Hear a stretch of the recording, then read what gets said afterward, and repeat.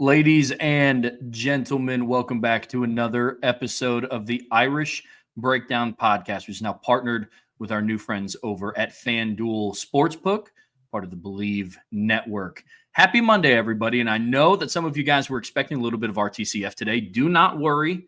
Brian and Sean will be back tomorrow to talk some recruiting, some teams, some college football topics, especially now that it's right in the middle of fall camp. They got a lot of good stuff to cover. Yeah. Today, Brian wanted to throw a little bit of an audible, and him and I were talking about the Feldman's Freak List that came out this morning, and it sparked a really good conversation, which pretty much halfway through the conversation, Brian was like, yo, why don't we just do this live? Yeah. Let's talk about this stuff on air. And Trevor's relaying my words in a far more calm manner in which they were actually spoken. He's trying to be nice and protect the boss, but believe me, there was a lot more intensity behind the nice conversation. And Brian mentioned, why don't we just do the show? I said, you know what? Forget that. We're going to talk about this in the show today. So I called Sean, make sure he was good to switch the show to tomorrow. He was good about it. Then he called me. He's like, what's got you so fired up today? So then we spent the next half an hour going off about it. But yeah, it's gonna be a fun show today. Very fun show today. Yeah, it sure is. And it just sparked a debate about, not between Brian or I, but really the ongoing debate between Notre Dame and how they're viewed. And one thing that I want to make sure of is, at the top, as a program, Notre Dame is respected. They made a run last year, but it's how they did it. It's the makeup of their roster, not so much how Notre Dame, the university, is viewed in the eyes of the media. A lot of it is how the team is put together. It's the athletes that are on this program, or that are within this program, that make up this team. So we're going to dive into what some of, what some of the stigmas are saying about this team, and what some, major talking heads have talked about with this Notre Dame program. So we're going to cover a lot of different stuff today, man. I'm ready. It's really what it boils down to, Trev, and it's really a bunch of things we're going to discuss that point to one reality that I see, and that is that while Notre Dame is still getting some respect, I'm not going to sit here and act like they're getting hated on. I don't think they're getting hated on. I don't think this is hate. There's always certain particular analysts who don't like Notre Dame, but I don't think the majority people of real analysts and journalists and such hate Notre Dame.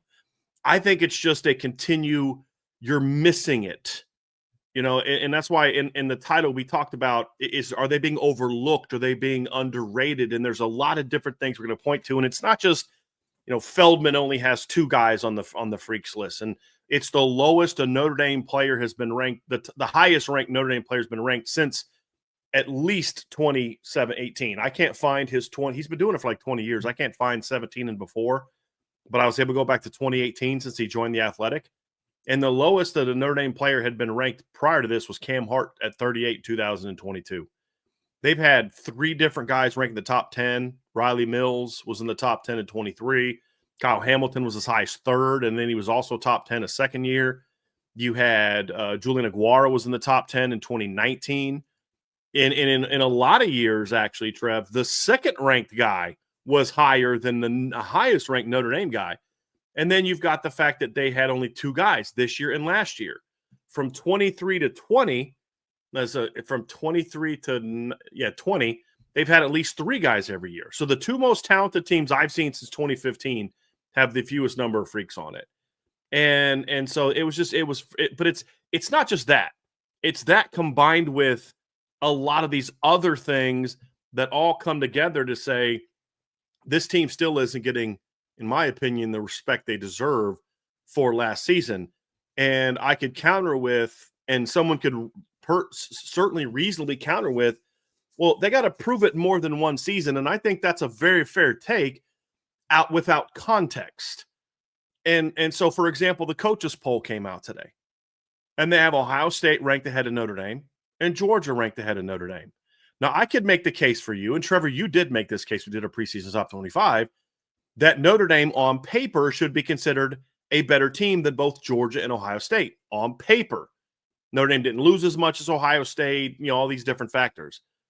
But the reason I won't argue with you, and I won't make that case, or at least I won't make it in a way where I'm going to be dogmatic, like it's embarrassing that they have Georgia and Ohio State ahead, is because those 2 teams have proven it. That's 3 of your last 4 national champions right there. But then when I look at it and I see that every year in every major ranking I've seen that I can remember, maybe there's one outlier, of the 4 semifinal teams. So you can say, oh, they're number 5, Brian. Like, that's pretty good. Yeah, it is pretty good.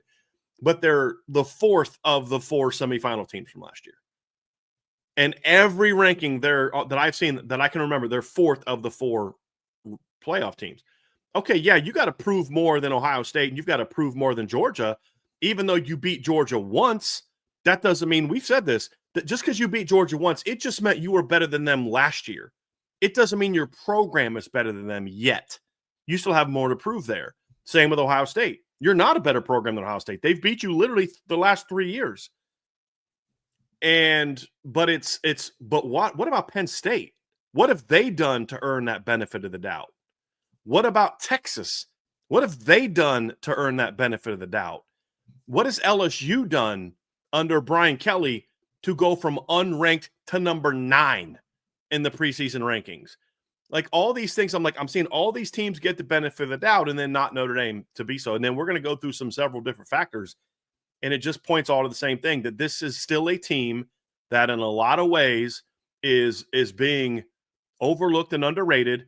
And even some people that then give Notre Dame some praise, it's almost like an offhanded praise, and we'll talk about that as well, Trev. But it started off with the freaks list. This is what kind of got me, because I'm just like, look, man, there's definitely going to be multiple guys on there.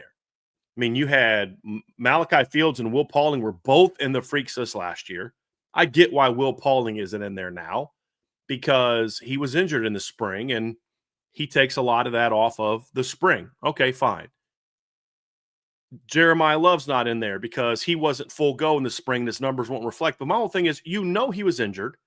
He's one of the best athletes in college football. That's why he gets a mention from another guy as evidence of he's even higher on the EA Sports speed ranking, even higher than Jeremiah Love. Should kind of tell you something. Go ask them what last year's numbers were. Go look at the GPS numbers on his 98-yard touchdown run, or his 80-yard touchdown run, or one of his 70-yard touchdown runs, or one of his 60-yard touchdown runs.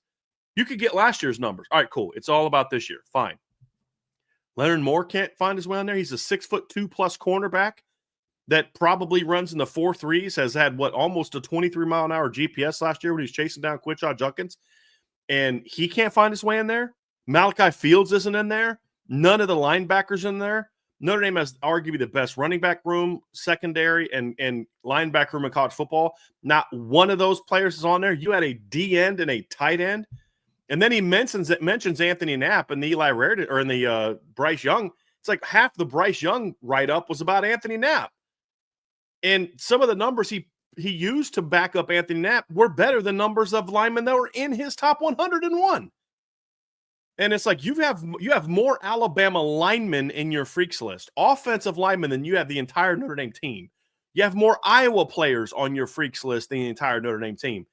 And then you kind of look at it and you're just like, okay, now I'm just at the point now where now it just seems like you're missing something. I mean, I guess we could say that maybe it's Notre Dame not giving enough data. Who knows? I mean, that's the only other thing I can think of. But it's now 2 years in a row that you've basically looked at this Notre Dame roster and didn't feel the need to have Jeremiah Love on there last year. And look, if you don't want to have Jeremiah Love on there, I'm pretty sure Jadarian Price is going to, check in on some freaks list numbers. I know that Kedron Young is going to check in on some freaks list numbers. And as we see from that list, this isn't all starters or star players. There's a guy in there that I think had like 200-something rushing yards last year that I saw in there. You're going to have Nicholas Singleton at number 19, which I don't have a problem with. But Jeremiah Love is nowhere to be found. It's just one of those things, Trevor, it's just like and by itself, it didn't really bother me. But as you know, this has been building with me for the last month. It just keeps building and building and building. I'm like a volcano ready to erupt. And today I erupted a little bit because it's just at the point now where it's like, this is now starting to piss me off a little bit. Oh, it's the icing on the cake for sure. The biggest takeaway that I had is you take off Malachi Fields on that list.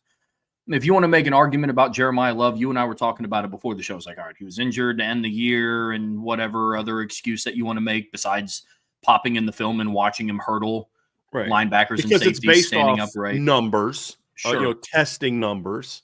Sure. So if you want to go with that route, fine. Malachi Fields was on there last year, ranked number 66. Transfers to Notre Dame is now nowhere on the list. That's what got me fired up about this, because it feeds into the stigma of, well, Notre Dame doesn't have athletes. Notre Dame doesn't have the athletic power to compete with the Georgias and the Penn States and the Ohio States and the Alabamas and the Clemsons. It is what it is. But that right there, that one move of somebody who that you considered a freak, 6'4", 225, runs of this 40 and close grip benches 315. He did all that at Virginia. He's still doing all that at Notre Dame. But now that he's in South Bend, he's now no longer a freak because of why? What's the justification behind that? Outside of the stigma that, well, athletic kids actually don't really go to Notre Dame like that. So it's going to feed into something I'm going to talk about later about our guy. He wasn't at Notre Dame in the spring, so we don't have numbers. You can get summer numbers. And you can go back and look at his GPS numbers from last year, and you can still use the Virginia numbers. There's no reason you can't do that. Exactly right, Trev. Blows my mind. And to Brian's point, this wasn't the only thing.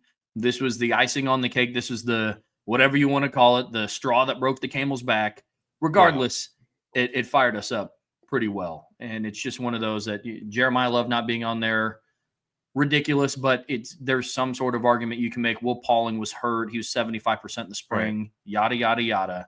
But there's only two guys on there. And then half of Bryce Young's team, you and I were talking about this earlier today. Half of Bryce Young's article piece in there is about Anthony Knapp. And it literally said, Anthony Knapp, who has a strong case to make this list, and then lists off all of his measurables and how strong he is, then just doesn't put him on the list.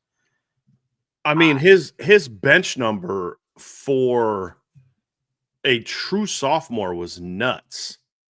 It was like over 25. It was over 400 pounds. Let me actually find that breakdown. But he said that he had Anthony Knapp benched 425 pounds and vertical jumped 30 inches. And I'm like, okay, then put him on the list. Seriously, like, put him on the list. It was really, really frustrating to read through this, because, as I said, you could make a case for a couple others, but you can't tell me that none of those other no receiver that comes back, no running back that wasn't hurt, no DB is gonna be on that list. Come on, man. No, Leonard Moore also was pretty crazy. Or Christian Gray. I mean, because again, this isn't 101 best players; it's freak athletes, and we know that those guys are going to test well. So yeah, it's like you got Jade Knott on the list, and his max velocity was 21.6 miles per hour. With all due respect, it's like I can promise you that Jeremiah Love and Jadarian Price both had numbers faster than that last year. I promise you that. So it was frustrating, but like it's a lot of things, Trev, and it's like last week Heather Dinich has that article that she's writing, and it's Heather didn't put the list together. She's just using that list to frame her article. It's fine. She's got Notre Dame 9th on there, talking about what the committee may like, what they might not like, whatever. But the fact that they're 9th on that list, the SP plus from Bill Connolly, they're 9th best odds behind Miami. Like in what universe can you look at that Miami team the last decade and you look at the Miami team that they got coming back and sit there and tell me that any reasonable ranking is going to tell me that team has a better chance of winning a national championship than Notre Dame? You can't tell me that. You can't tell me that. It's just really frustrating to see that, because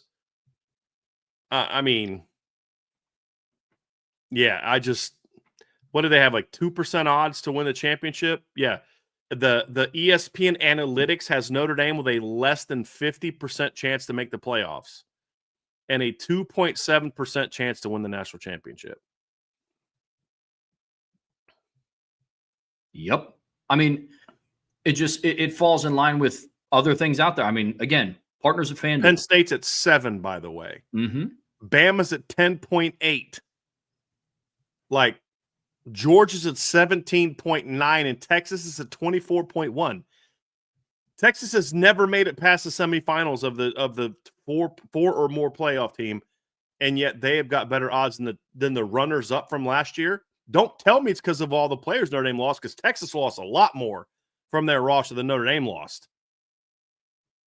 So yeah, it's just this constant delusion. And my favorite one, Trev, is I'll let you share this, but it's almost as if like the people that give Notre Dame love, they're giving Notre Dame love because they like Marcus Freeman, not because they recognize that Notre Dame has a roster that can match these teams.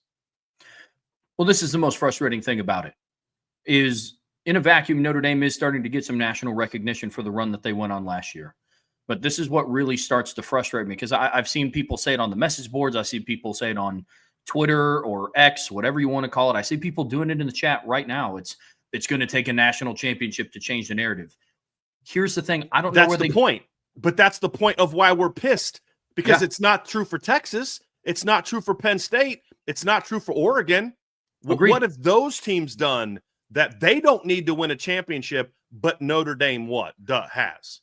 And I'm not even to the point where I'm convinced that a national championship is going to change it, because you have talking heads like Paul Feinbaum. And there was a segment on ESPN where they were talking about, college teams' chances to make the playoffs. And it started out strong.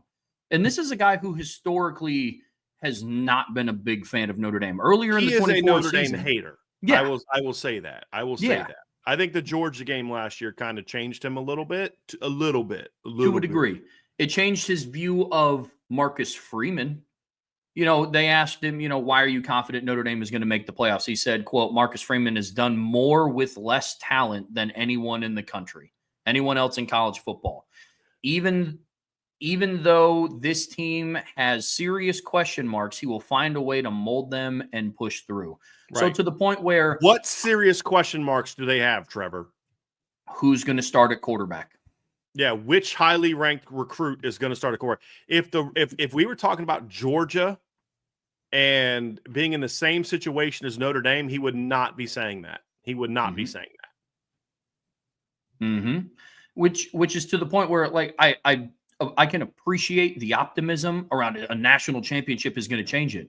But as of right now, how things stand today, if Notre Dame wins a national championship, look what Marcus Freeman was able to get out of this team with just not as good athletes as Ohio State. They didn't even have to play the best SEC team in the playoff. They didn't even get – this team got upset. If they would have had to play this team, Ohio State, or this SEC team, they wouldn't have won it.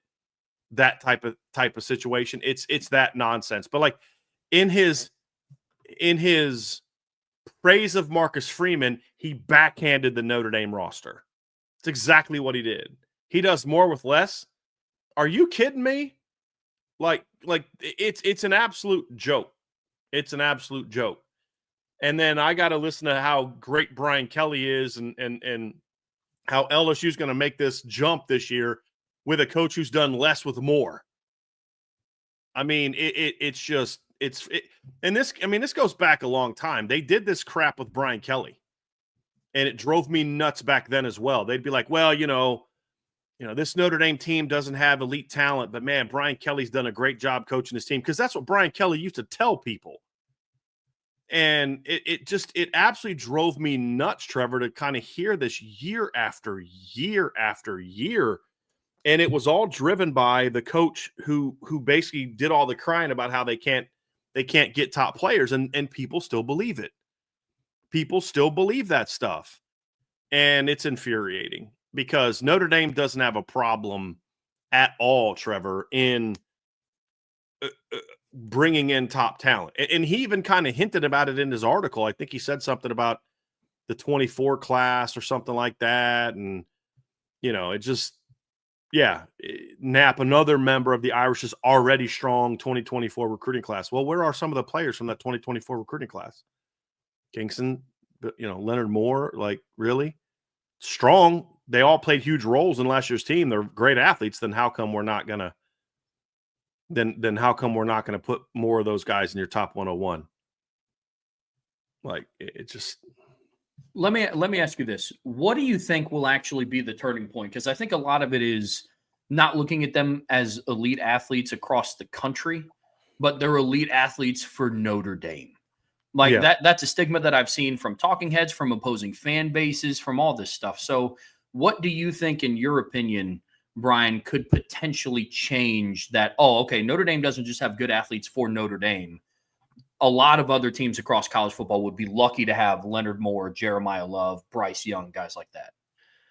I do think a national championship will matter to a degree. I do. I'm not someone. There will be some people that will sit there and say, "Oh, well, they didn't get Georgia," and whoever was considered the best team in the regular season gets upset in round 2, so they didn't have to play that.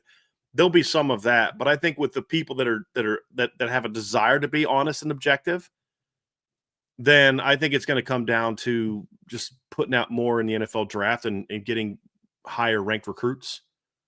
Like I think if Joey O'Brien or Kari Adams has the same kind of freshman season that Leonard Moore had, they will get more of that recognition that next year from a freaks list. And I shouldn't say Leonard Moore's not a great example, because outside of Feldman's list, Leonard Moore actually is getting a lot of love and a lot of respect for how good he is. But let's say like in a Don Schuler, Joey O'Brien comes in, doesn't play as a freshman, then as a redshirt freshman becomes a starter, a very key starter on a team that plays for a championship. I promise you he's going to get more love that next year than a Don Schuler's got. Like, I have been told by multiple sources that a Don Schuler was offered something big from Georgia to transfer there. I know that they offered him something in high school to try to flip him late, and he's stuck to Notre Dame and hasn't been interested in leaving. Georgia thinks that Don Schuler's an elite player. They thought that even before he had that monster game against them last year. But you look over here, and all of a sudden he's not getting the love nationally. Coaches see it, and that's why, and somebody in the chat, I think it was Andrew Rhodes in the chat, made a comment like, football people have a very different opinion from journalists. I listen to David Pollack talk about Notre Dame, and it's a very different conversation than whoever a sidekick is, who's I think is more of a journalist. That guy's opinion, he's like, they have the occasional Joe Walton, Quentin Nelson, but don't have consistently dominant offensive lines. What? Like, did you just start paying attention to Notre Dame 5 minutes ago? Like, what are you talking about? Like, the 2015 offensive line in Notre Dame had 3 top 10 NFL draft picks on that line.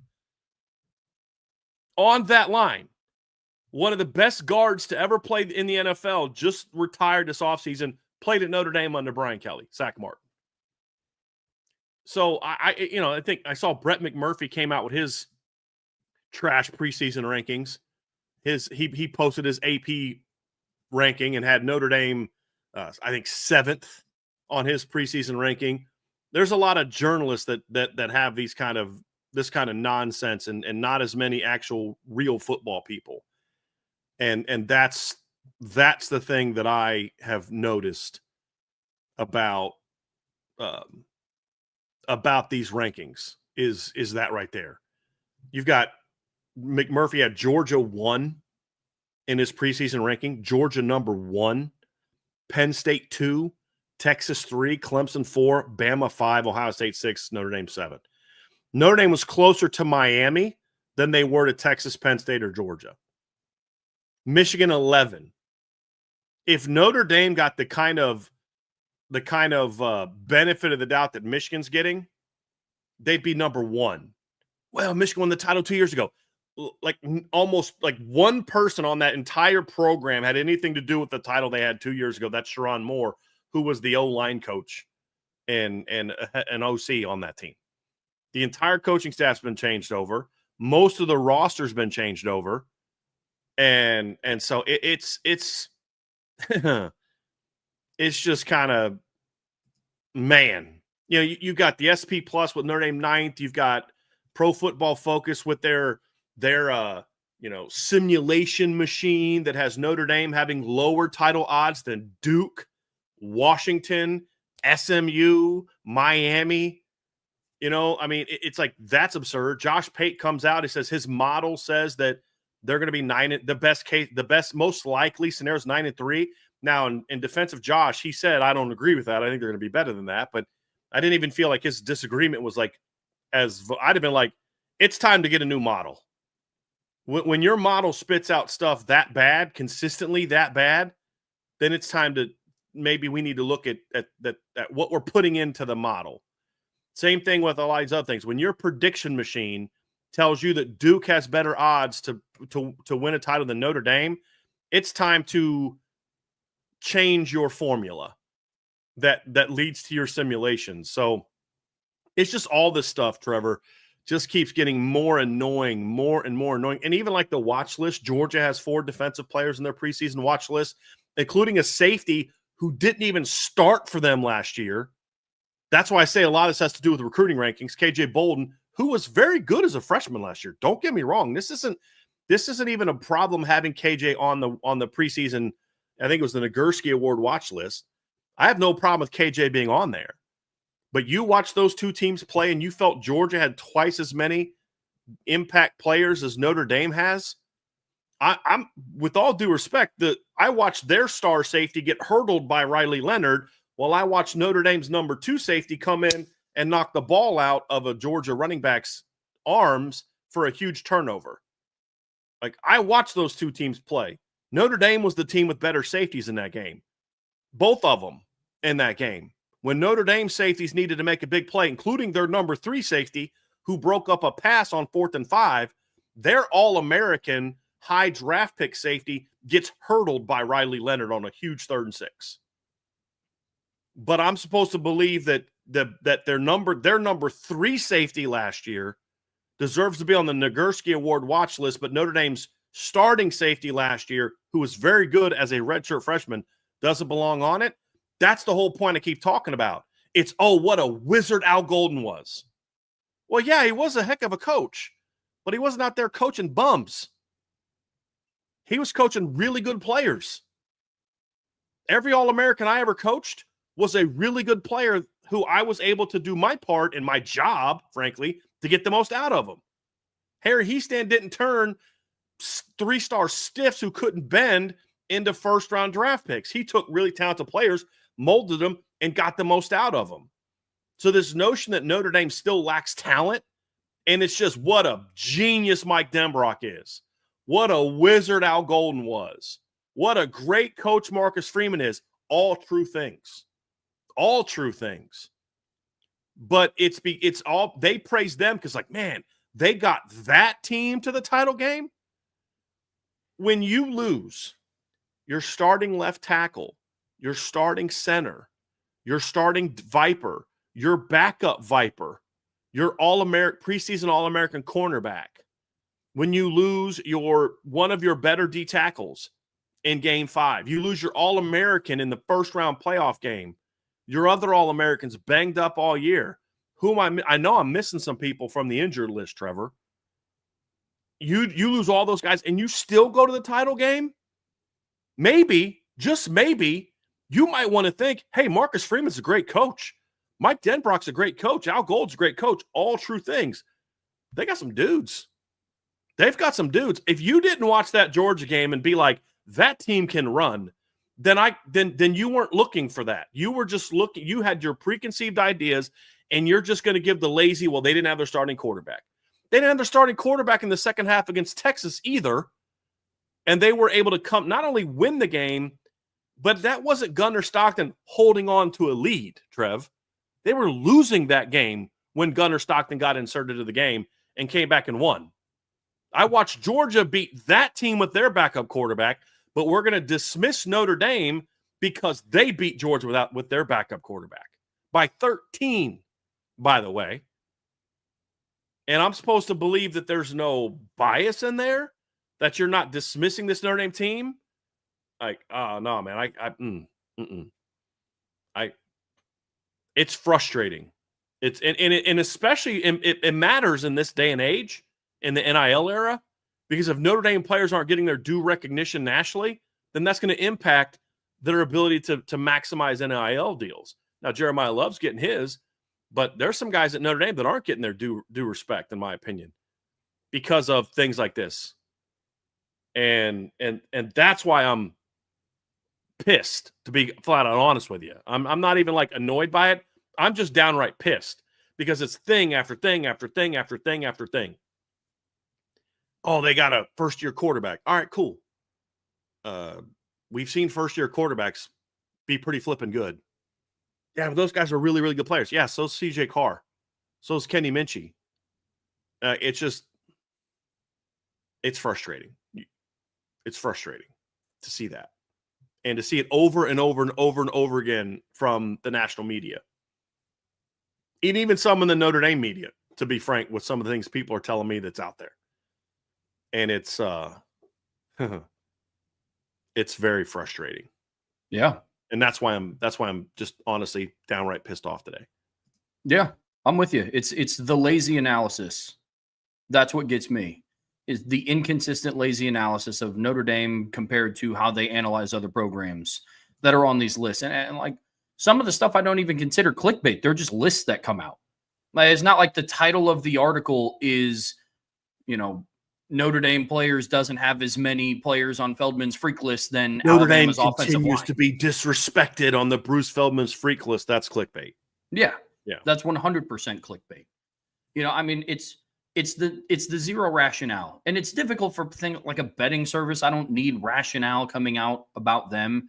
But it's some of the other defense that you hear where people will use things like betting lines and like what the spread is, what your odds to win a national title are.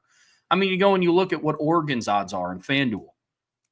Oregon has better odds to win a national championship this year than Notre Dame, and Oregon has never won a national title. Not in my lifetime, not since I've been born, not since 2000, ever. Yeah. And for whatever reason this year, they have better odds than Notre Dame to win. Notre Dame fifth with Alabama and Clemson. And Notre Dame is closer to LSU behind them than they are to Oregon, Clemson, or Alabama ahead of them. Mm-hmm. They're not even close to where Penn State and Georgia are. Not even close. Notre Dame's at plus 1,500 on the FanDuel championship odds. Penn State's at 750. Georgia's at 650. I'm fine with Georgia. Who's number one? Texas at 550. Based on what? Based on what? They battled back in the fourth quarter of both of their semifinal losses the last 2 years, only to still lose. Is that their claim to fame? I just watched Notre Dame beat the team that beat them twice last year. Like Notre Dame and Texas both lost to the same team last year, or both played two playoff teams last year. They both played Ohio State. They both played Georgia. Texas went 0-2 in those games. Notre Dame went 0-3 in those games. Notre Dame went 1-1. Notre Dame beat the team that beat Texas twice last year. Rematches are hard. Not for Georgia. They beat Texas twice, including coming from behind with their backup quarterback. And that team is just, they're going to win it. Yeah, the coach who's got 2 10-plus win seasons in his entire 10-plus year career of being a head coach is a no-brainer to win it. What's Dan Lanning proven that Marcus Freeman hasn't? Why does Oregon get that benefit of the doubt? Notre Dame doesn't. That's the frustrating thing. And some of these questions, guys, are rhetorical questions. I know why Texas is getting the hype. That's the whole point. It's because of who their head coach is and the assumptions people make about him, which he hasn't earned, and the name on the jersey of their new quarterback. I understand all that. But we're trying to give you a real analysis and point to how does that roster speak to that? Because if Arch Manning was as good as people say he is, and I think Arch is really good. You're telling me he couldn't have beat out Quinn Ewers last year?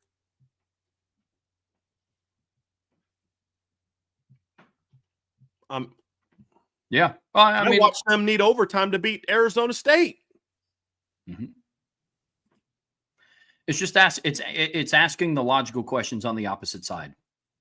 To Brian's point, I understand why Texas is ranked ahead. I understand why Oregon is ranked ahead because Dan Lanning is also a popular new young coach, and they have all these exciting athletes, and they went 13-0 last year. I understand that. I'm somebody that evaluates the team going into this season, not just the program. Because if you're going to evaluate the program in its entirety and what the program means to college football, then Alabama needs to be 1, and Clemson needs to be 2, and then Georgia needs to be 3, and then Ohio State needs to be 4, and then that's just, you have to evaluate also what the team is this year. And for the people, Texas has to be ahead of Notre Dame because of Steve Sarkisian. Okay, what has Steve Sarkisian done? Mm-hmm. At Texas, we beat Alabama in Tuscaloosa 2 years ago. That's great. And then what? Right. Notre Dame beat Georgia in the playoffs. Mm-hmm. I just don't I don't understand what some of the reasoning is. It's the inconsistent reasoning applied to, for Ohio State. I'll use that team as an example. Fresh off of a national championship. Yes, they lost a lot and 8 starters on defense and both of their coordinators and their starting quarterback and both of their 1,000-yard rushers and both of their offensive tackles. But I mean, Jeremiah Smith and Caleb Downs are the best players in college football. They'll be fine. Well, hey, like Oregon lost their top 2 pass catchers and their starting quarterback with a lot of experience, and also but they have like Dan Lanning, so they'll be okay. Notre Dame's going to struggle because they don't have Riley Leonard, Xavier Watts. It's like, well, why not list what they have coming back? Right. I know they have Jeremiah Love and Leonard Moore, but they've got this new quarterback. Yep. Well, so does Ohio State. But I'm good with Ohio State getting that benefit of the doubt. They should. I've got them preseason number 1. But why does Oregon get that benefit of the doubt?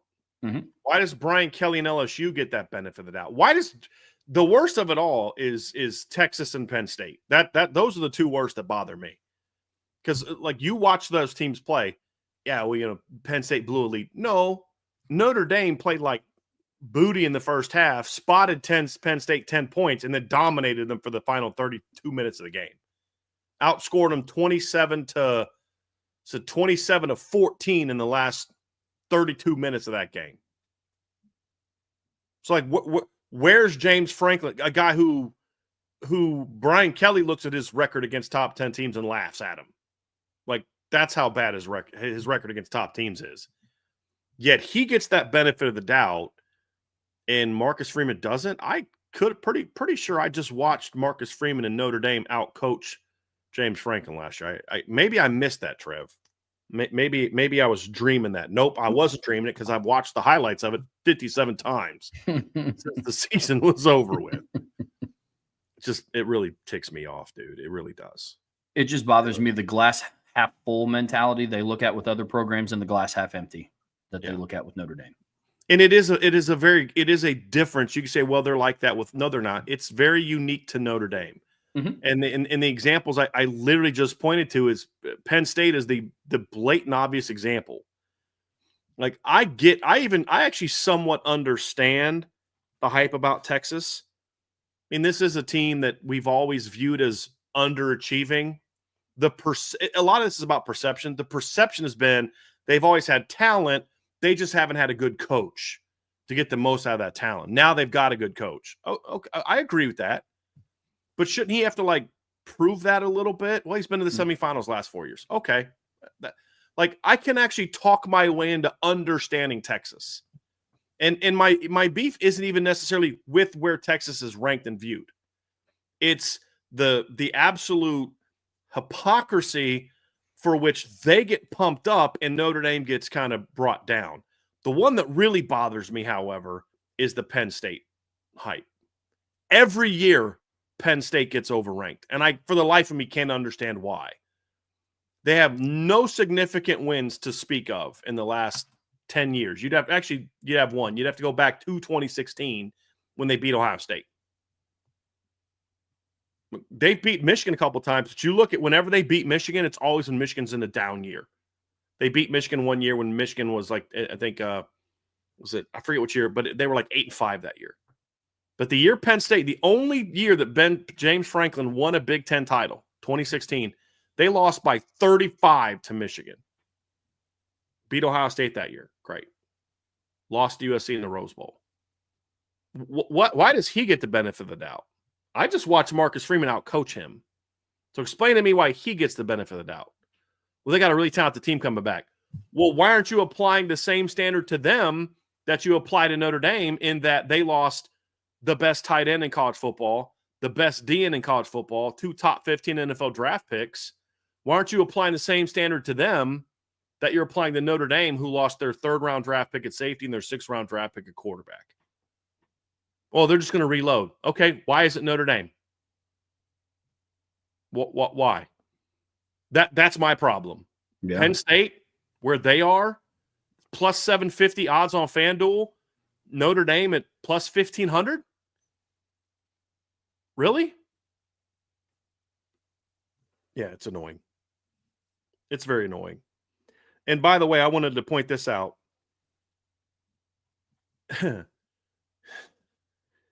Yeah. You're going to love this, Trev. Oh boy. So I'm also frustrated at LSU. Well, LSU won a title in 2019. Not with this coach. Or anybody on this roster. Exactly. Or coaching staff. Like literally there's not a person associated with this program right now that was there. In Brian Kelly's first 7 years at Notre Dame, he had 2 seasons of over 10 or more wins. 2. In his last, 17, 18, 19, 20, 21. In his last 5 years, they won 10 or more games every year. So turned the program around. I should just point out that in those 5 years, Brian Kelly went 12-10 against teams that were ranked in the top 25 at the time they played. His record against teams, when you look at who was ranked after the season, is sub 500. In 3 years at Notre Dame, 3 years, Marcus Freeman has gone 14-5 in games between ranked opponents. 14-5. If you take out the 3 playoff games from last year, he's 11-5 in 3 years. 12 wins in 5 years for Brian Kelly. 11 wins. Let's just go postseason because Brian Kelly never beat a ranked team in the postseason. Brian Kelly goes 12 wins in 5 years. Marcus Freeman has 10 wins in 3 years in the postseason because I'll take out the South Carolina game as well. But yet that coach who went 10-3 2 years ago with one of the best offenses in college football history, Heisman Trophy winner, 2 first-round NFL draft picks, went 9-4 last season. That guy, because of some transfer receivers who never produced the way that Notre Dame's 2 transfers have produced, including one guy who tore up LSU 2 years ago in a bowl game, they're getting the benefit of the doubt, but Notre Dame doesn't. Like, you see my frustration? Oh, yeah. It's because of the perception. Well, Brian Kelly always did more with less. Now he's got more because he's at LSU. I'll be willing to bet you that there's a lot of coaches in college football. The majority of coaches in college football, if you gave them one day to study Notre Dame's roster and one day to study LSU's roster, I'd be willing to bet you a month's salary that the vast majority of coaches would say, I'll take Notre Dame's roster over LSU's roster. But that's not the impression. The impression is, oh, no. LSU's got the better roster. No, they don't. No, they don't. But the assumption in the media is that they do. And that's where I get kind of sick of this. And it's like to the point where I just want to be like, I'm not going to talk about it. I'm just going to let it go. Like, no, screw it. It's my show. I can talk about what I want to talk about. And I'm sick of this crap. And somebody needs to push back on it. Somebody needs to call these people out for their utter nonsense.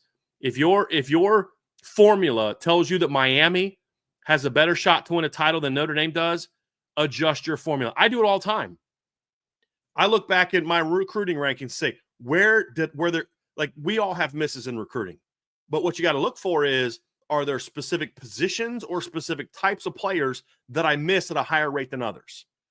And so, for an example, for me is I notice that I tend to miss more on big receivers because the way that I rank and the way that I would grade, I would give big receivers a benefit of the doubt that they could overcome things because of their lack of size, because of their size, excuse me.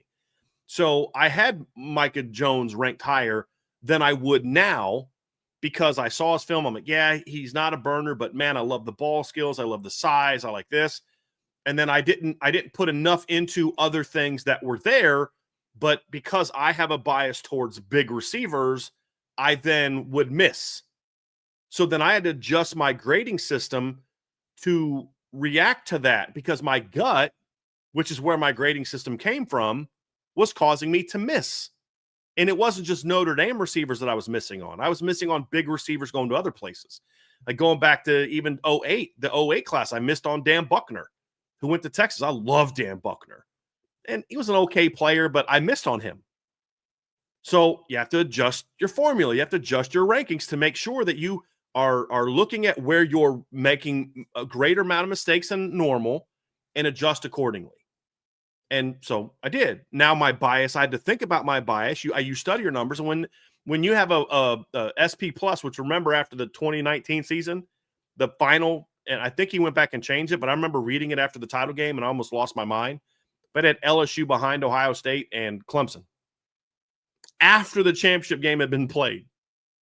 And you're just like, okay, when stuff like this keeps happening, it's time to change your formula. And when your formula tells you that Miami has a better chance to beat Notre Dame or better chance to win the title than Notre Dame, then your formula's wrong. They could beat Notre Dame and still not have a better shot to win the title than Notre Dame. Well, they're in a conference. Yeah, which makes it harder for them, in my opinion. Because they then have to not only play Notre Dame out of conference and in a conference, but then they got to play in a conference title game. That's one more game they have to play. It's one more opportunity to get beat. If they play in the conference title game and lose, they now have to play 17 games to win a championship. That actually makes it harder. Where there's a world in which Notre Dame only has to play 15 games to win a title. So even if they lose, if Notre Dame loses to Miami, runs the table, there's still a chance that they could be a top 4 seed, depending on how the rest of the season goes. So you just look at it and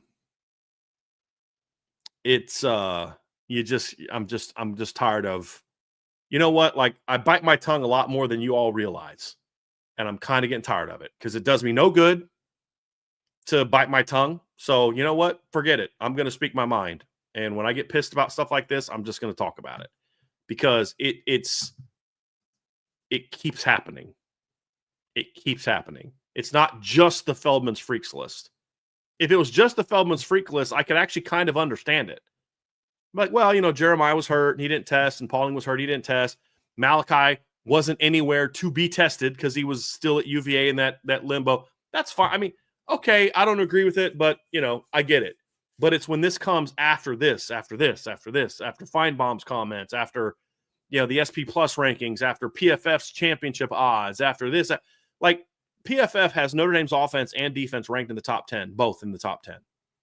Yet their simulator gives Notre Dame like 19th best odds to win a title. Again, when your formula is that bad that it tells you Duke, SMU, Washington, and Iowa, among other teams, all have a better chance to win a title than Notre Dame, it's time to fix your simulator because it's broken. It's wrong. Fix it. Yeah, you got outlets like Lindy Sports ranking 2 Notre Dame wide receivers in their top, whatever it was, 15 or 18 top receivers 20. in college football. Yeah. But then their receiving unit isn't in the top 10 receiving units in the country. So there's just no continuity between it.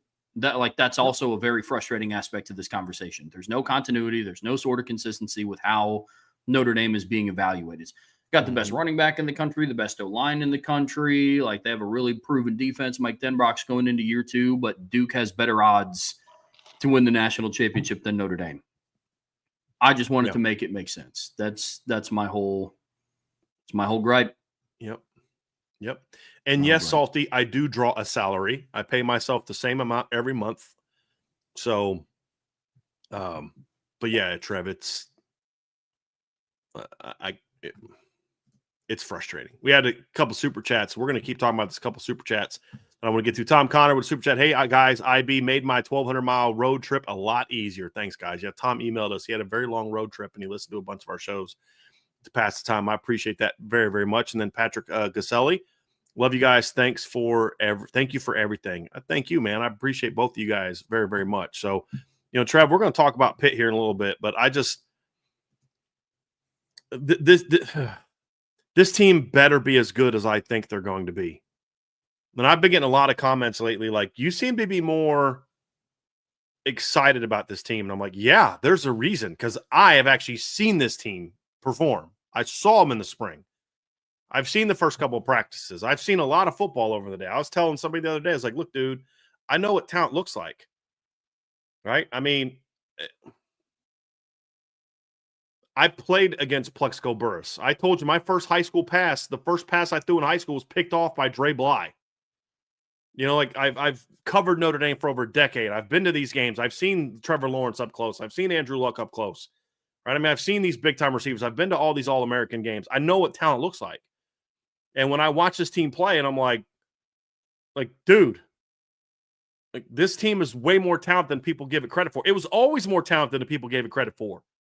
But they allowed themselves to be just completely convinced by Brian Kelly that Notre Dame lacked talent. And it disgusts me. I mean, I've pointed this again. You go back to the 2011 season and look, like 2 future Hall of Famers in the NFL, in my opinion, were on that team. And Zach Martin and Harrison Smith. And they weren't freshmen. They were veterans. Zach was a junior. Harrison was a fifth-year senior.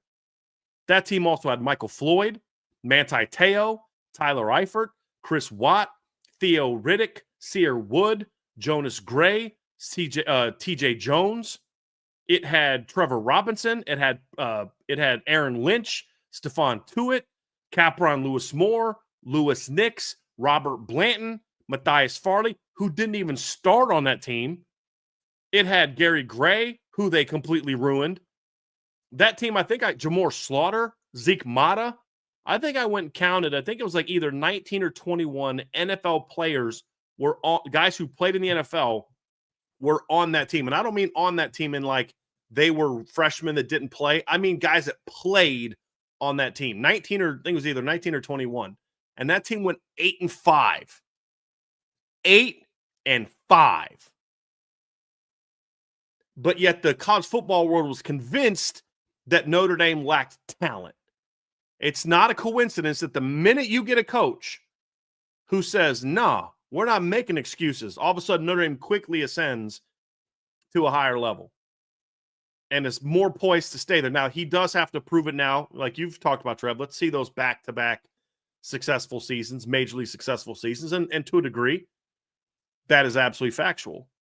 But to see this, man, oh my goodness. It's like, but that's why history can't play too big of a factor when I evaluate things. People can do it differently, but that's why two things can be true. Notre Dame has to prove that they can follow up a successful season with another successful season. But I'm not going to let what they did in 2013 and 2016 affect how I believe that they're going to do in 2025. right. There's things that this team has to show me. But I think they have the tools in place to now do it. More specifically, the coaching staff. By the way, final tally on the 2011 roster, 24 NFL players. That played that year. Not were on the roster, but played that year. That were like guys that were in the rotation. Mm-hmm. It's crazy. Oh, because another one I forgot. Braxton Cave is another one that I forgot about. Wild. But that team was an 8-5 football team. Mm-hmm. Come on, man. It blows my mind that the talking heads around the LSU program talk about how now Brian Kelly can do more with more, not at Notre Dame where he was doing more with less. But yet the results haven't shown themselves, but that stigma is still there at the start of every year. I don't understand that. Like just the constant waiting of, but now this is the year. Well, Notre Dame had that year and they're still not getting that level of respect. I think that's what's confusing to me. I just wish I could sit down and talk with people. It's like, okay, like what is your actual rationale? And don't throw out some stuff about they're not in a conference. I don't care about that. Don't throw out like what about this team, the personnel and the coaches makes you not think that it has top 5 talent in the country. Mm-hmm. I wish I could get that rationale. Truly. I just don't know how you can look like, is it literally just experience a quarterback? Like, I mean, that is the only thing I could think of. Like, but even then, like that, it would just still be centric to Notre Dame. Right. Like, are we really putting that much weight into Julian Sain's 14 garbage time throws? Kenny Minchie at least rushed for a touchdown last year. He's also thrown 3 passes in his career. It's not like Kenny's never played in a game. Like CJ, you could at least always never thrown a pass in a game. Like, well, neither did Jameis Winston before the year he won the Heisman. Mm-hmm. Neither did Michael Vick the year before he led Virginia Tech to the title game. Mm-hmm. I mean, we could do this all day. Neither did Trevor Lawrence before he stepped in as a true freshman that year and led them to a title. Neither did they were there you go. It's another one. Yeah, we've seen this Notre Dame team do that. We saw Deshaun Kaiser do that. We've seen Mike Denbrock do this.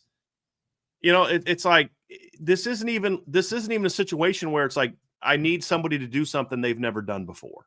Mm-hmm. I just need coaches to do kind of what they have already done at other places. I mean, Desmond Ridder goes from steps in 2018 at Cincinnati, takes over for a team that went 4-8 the year before. Desmond Ridder in year one under Mike Denbrock, they go 4-8 that year. Offense scores 20.9 points per game. Desmond Ridder takes a red shirt, doesn't play a snap in 2017, doesn't throw a pass in 2017.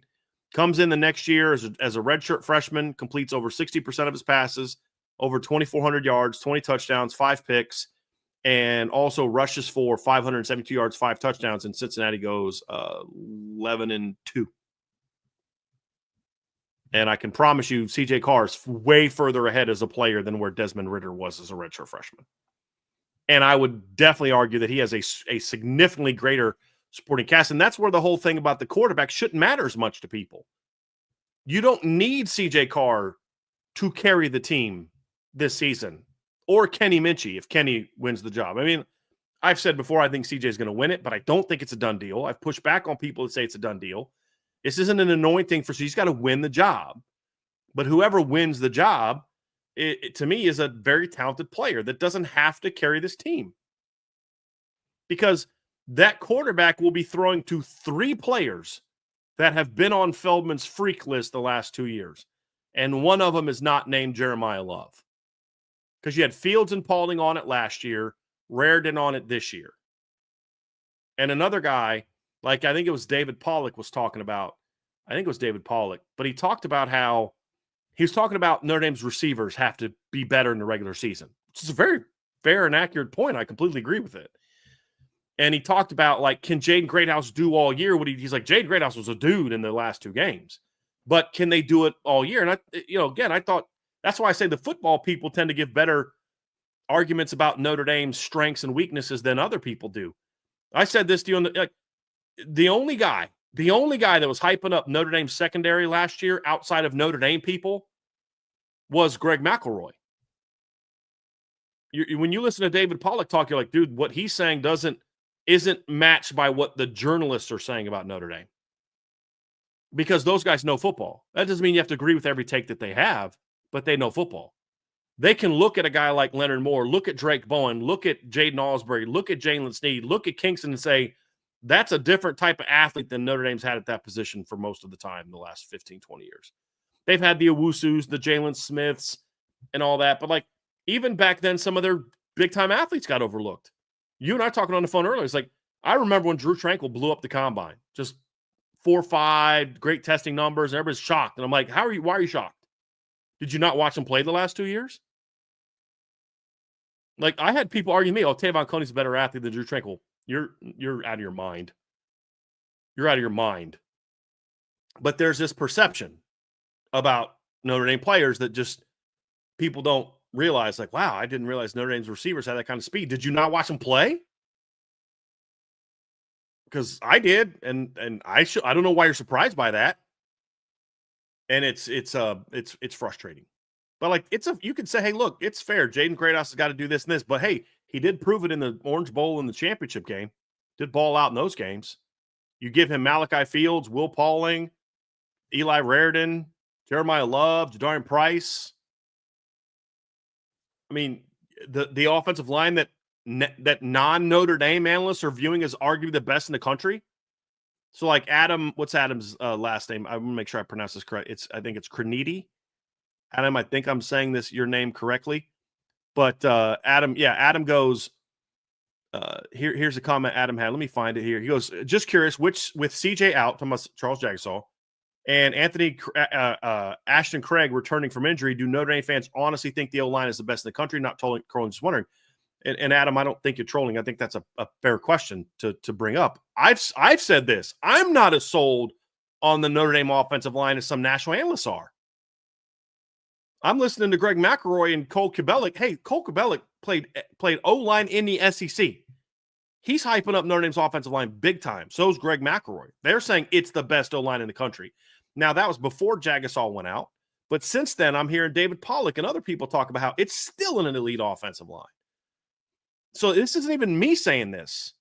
This is an outside analyst saying this. But, like, the point is, it's an O-line And Adam, whether you view it as the number 1 O-line in the country, number 2, number 5, number 7, it's kind of like what you and I talked about with Alabama's offensive line. Whether it's you think it's 1 to 3 like some people do or 7, the fact is it's still an outstanding offensive line. It's just will it be 3, 1, or 7? If you're in the top 10, you're outstanding. And that's the thing about Notre Dame's O-line. If you're, I don't know if it's number 1. You know, we had Penn State. We both had Penn State number 1. I had Notre Dame 2. I think you had Notre Dame 4. Did I say, Trev? I think you're missing the boat on them being 4. Did I ever say that to you? No, because I'm like, that's fair.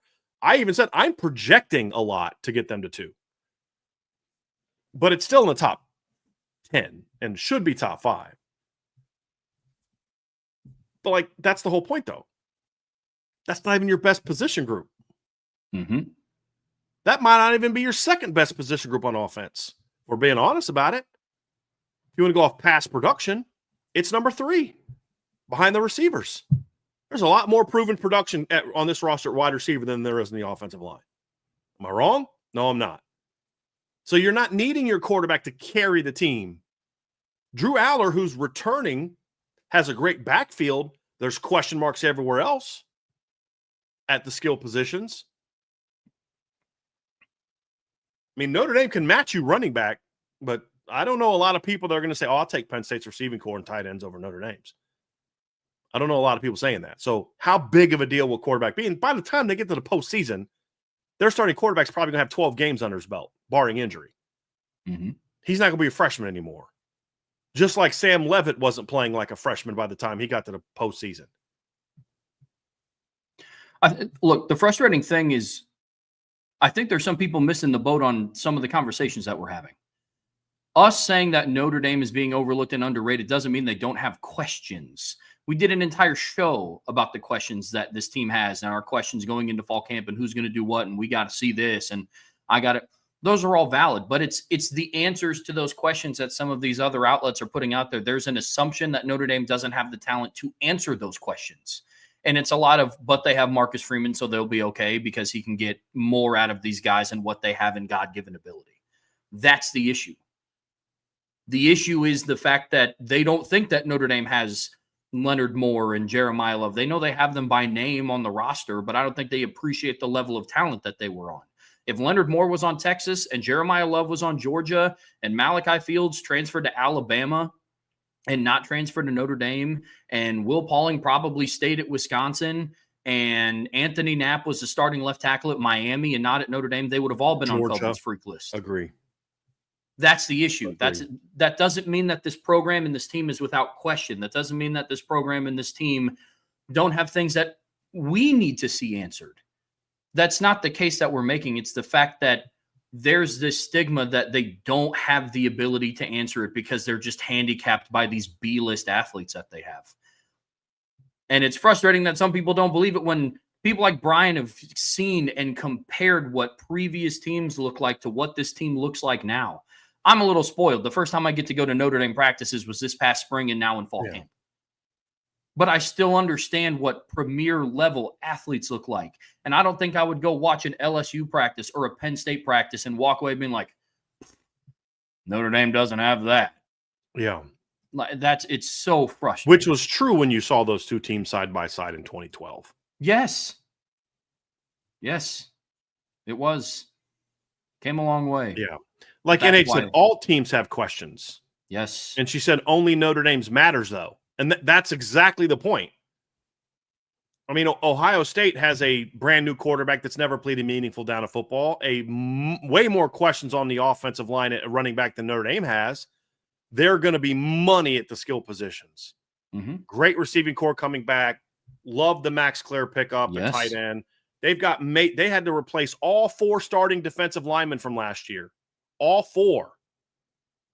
And they've got to replace 2 DBs. And they got to replace their all Big Ten middle linebacker. Well, they're preseason number 1, 2, or 3. Why? Well, they're the defending champs. All right, cool. I understand. We're going to ignore their question marks, though. Like, why are they? Okay, fine. They're the defending champs. All right, cool. I can dig that. Well, what about Georgia? Their offensive line was a hot mess last year, and they lost 3 of those guys. Their D-line was pretty good, but they lost literally their entire starting defensive line. They lost their two of their three best DBs from last year's team. They're having a brand new receiving core made from the portal of guys who didn't produce the way the Notre Dame transfers produced. They got great tight ends and a good running back room, but it's not as good as Notre Dame's. Why are they getting the benefit of the doubt? Well, they won a title. Okay, fine, whatever. I can live with those. Now let's talk about Texas and Penn State. Let's talk about Oregon. Because Notre Dame has more national championship in the last 20 years. Notre Dame has played for the national championship twice, meaning they got to the title game. That's more than Texas, Oregon, and Penn State combined. Those three teams combined for one. No, I'm sorry. Oregon has two. Let's go playoff era, where you had to win a game to get there. In the playoff era, Oregon's got one, Notre Dame's got one, Penn State's got zero. If you want to go overall, Notre Dame has two, Oregon has two, Penn State none, and then Texas none. You got to go back to 2005. Think about this. 2005, if my math is correct, 2005 is closer to 1988 than it is 2025. Is my math wrong on that? No, it's correct. That's just a weird thought. I think so 1988 is 12 plus 5. So 2005 would be 17 years after 1988, correct? Mm-hmm. I feel like in my head, that correct. math is wrong. You're correct. Right? So now you look at 2005 to now, and it's 20 years. Mm-hmm. But yet we're still living in that, but Notre Dame has still got to prove it. Notre Dame's played for the title twice in the last 15 years. Texas has played 0 times.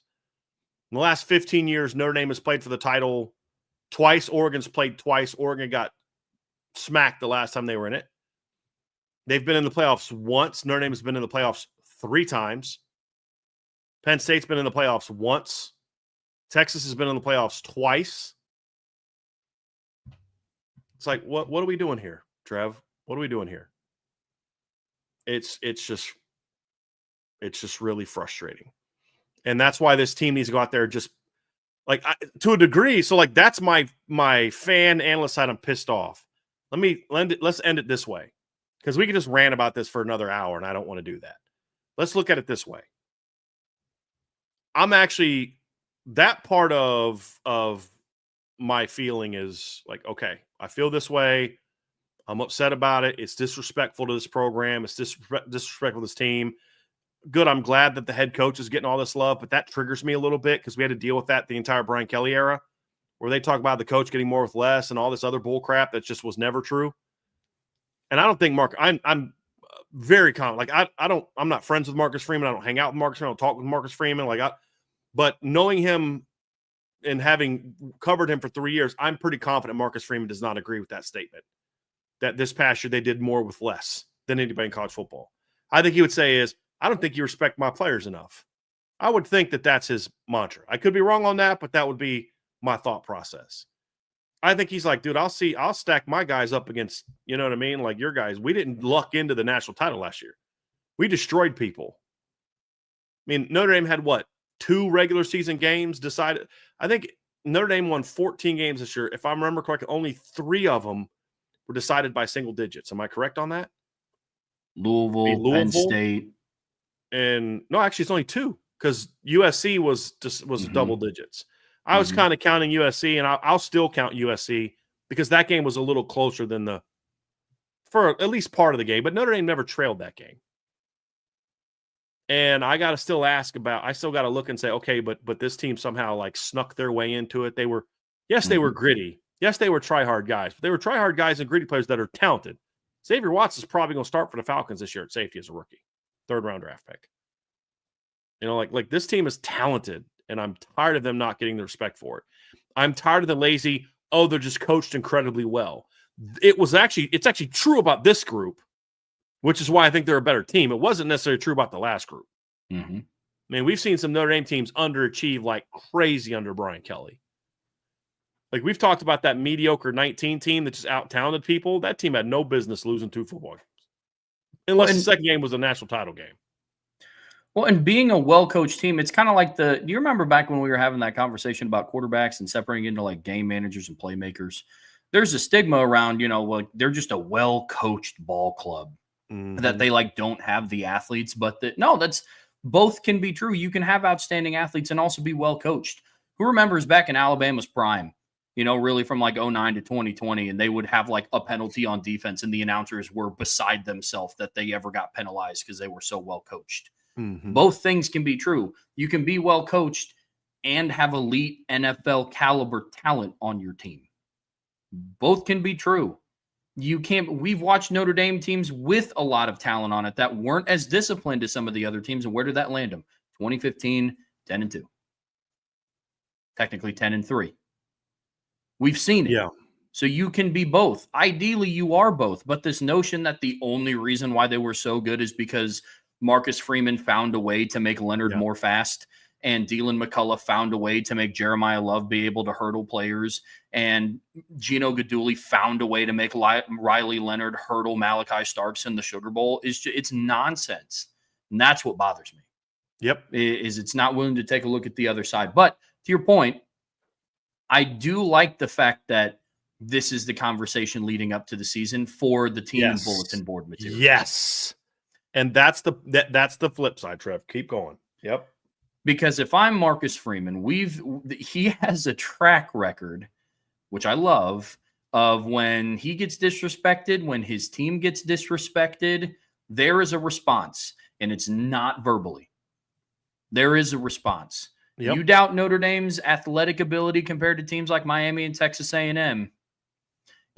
If I'm anybody, if I'm Mario Cristobal and I'm Mike Elko, I'm like, you guys got to start putting some more respect on Notre Dame's name, man, because they're about to show the world, they're about to show the country on national television what type of athletes that they have, and start putting a lot of these questions to rest early. Yeah. That's going to be fun to watch. Yeah. I if I'm Marcus Freeman, I want every bit of this. Mm-hmm. I want every bit of this. Yeah. Tell me my players don't have, tell me that we were good simply because I do more with less. Like if I'm Marcus Freeman, I take that comment and I'm showing it to them. Do you guys think that I'm, you know what I mean? Like, no, this is disrespect to you.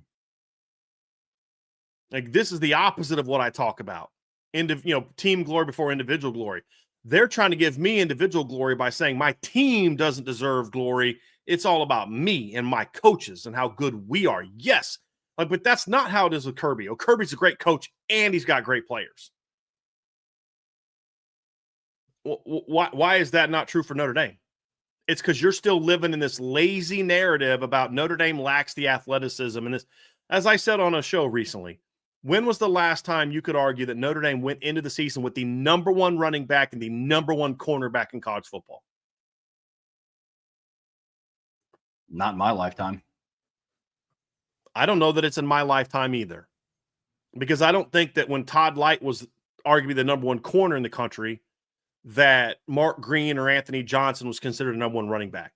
I don't know that Ricky Waters went into 1990 with people saying he was the best running back because he was on such a deep running back room.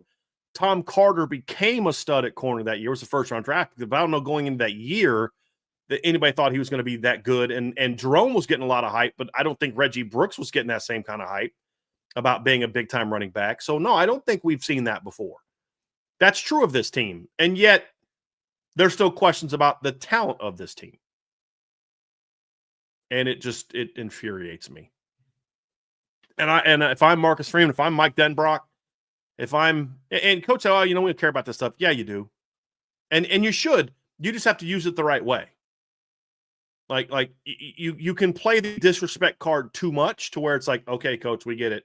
Navy's media disrespected us. Okay, we get it, Coach. You know what I mean? But like, use it the right way. And so far, Marcus Freeman's done a really good job of using that. People say, well, what's your motivating factor going to be this year? Do you have to lose a game? No, this is what you use. No matter what we did, they still disrespect us. They've got Georgia ranked ahead of us. They got Penn State ranked ahead of us. They think Texas is a better team than we are. They think Oregon's a better team than we are. They don't respect you. They think if I'm him, I'm absolutely, my team will know that Miami's got better championship odds than we do.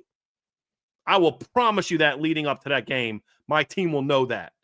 Guys, they think this is a better team than you. They think this is a team that's got a better chance of winning a national championship than you do. We're going to go out there and we're going to silence those people tonight. You know, and oh, man, I would absolutely make sure my team knows about it. Absolutely 100%. make sure my team knows about it. And that's the part of it that I like. Mm-hmm. One of the big questions we had this offseason was, will this team stay hungry? And it wasn't a question in that we have concerns about it. It's a question that's realistic. I think it's a fair question for Ohio State's players as well. Mm-hmm. Are they going to be hungry to go out and win another one? Or, hey, we've arrived. We won our title. Now let me focus on me. Mm-hmm. Not that I think their players are going to do that. It's just a question you ask of every team that has the kind of season that Notre Dame and Ohio State had. And it's a legitimate question. Yeah. Right. You got to go prove it. I would ask the same question if Notre Dame won the title last year. Is this team hungry to win another one? Or is it now about me? Hey, I won my title. Like, let's say they won it last year. Let's say Jeremiah Love would have run for 180 yards and they win that game against Ohio State last year. I would be asking, okay, is he hungry for another one? Or is there now he thinking about the individual awards, the Heisman, the Doak, and all this stuff? Is he's hungry for the team glory? Mm-hmm. Not that I would doubt that about Jeremiah. It's just a question I would ask any player in that situation. And they have to go answer that. But, yeah, I think this team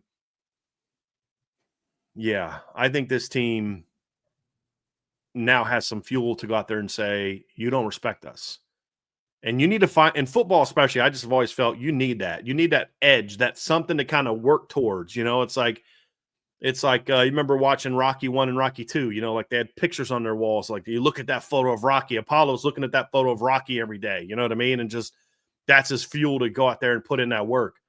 You know, like Magic Johnson, Larry Bird, Magic's talked about how, and Larry's talked about, you know, if I'm out there shooting 1,000 free throws, I'm like, you know, I should probably shoot another 1,000 because I think Magic's shooting 1,000. And Magic's like, I should probably shoot another 1,000 free throws because I think Larry's shooting 1,000 free throws. Like you need that motivator, that external motivator on top of the internal motivators. And boy, the national media, especially ESPN, are certainly giving him to this football team. And I would make sure that they know it at the right time. Like right now, I don't care.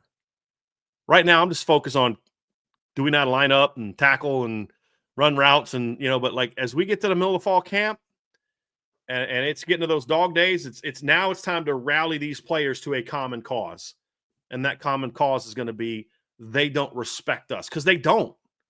It's not even like false hype. I got to find something to get them excited.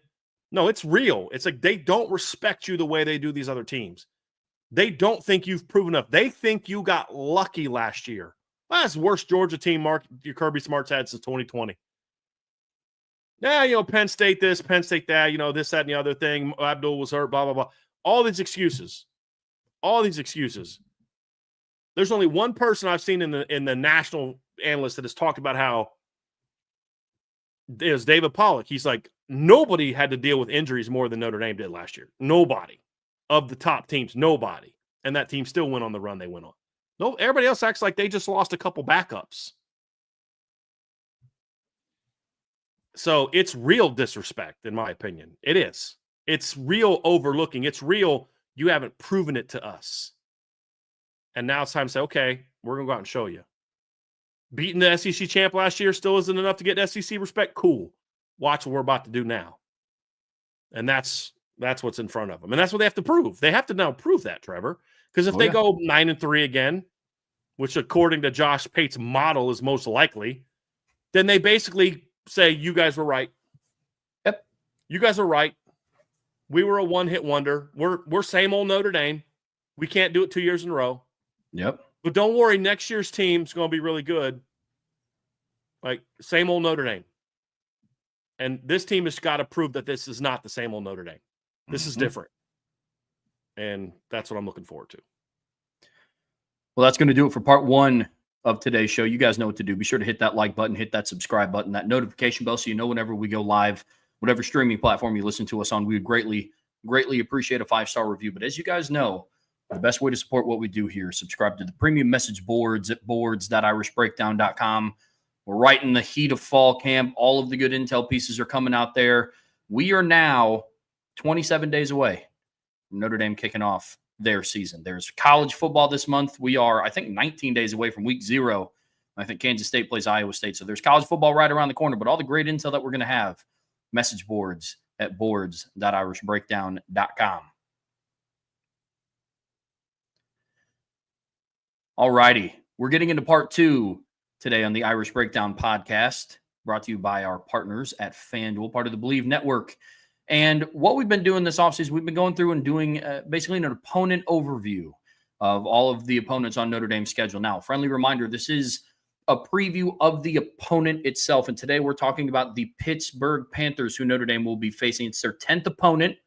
Now, there is not yet a kickoff time to be determined, but they are on the road against Pitt. I think they're going to be playing in the Pittsburgh Steelers home stadium like they always do when they're on the road against Pitt.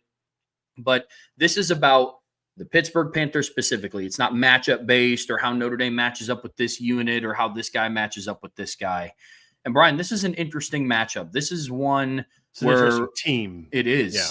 It is. And we've talked about the range of what Pittsburgh could do this year. And we saw a little hint of it last year, but this is definitely going to be an interesting matchup to go on. You know, can Pat Narduzzi, an interesting head coach, can he continue building back from their spectacular 2022 season? Took a back seat in 23, had a hot start in 2024, and then the wheels fell off once Eli Holstein got hurt. Where does a guy like Pat Narduzzi stand? What is your initial thoughts around this Pittsburgh Panthers team, man?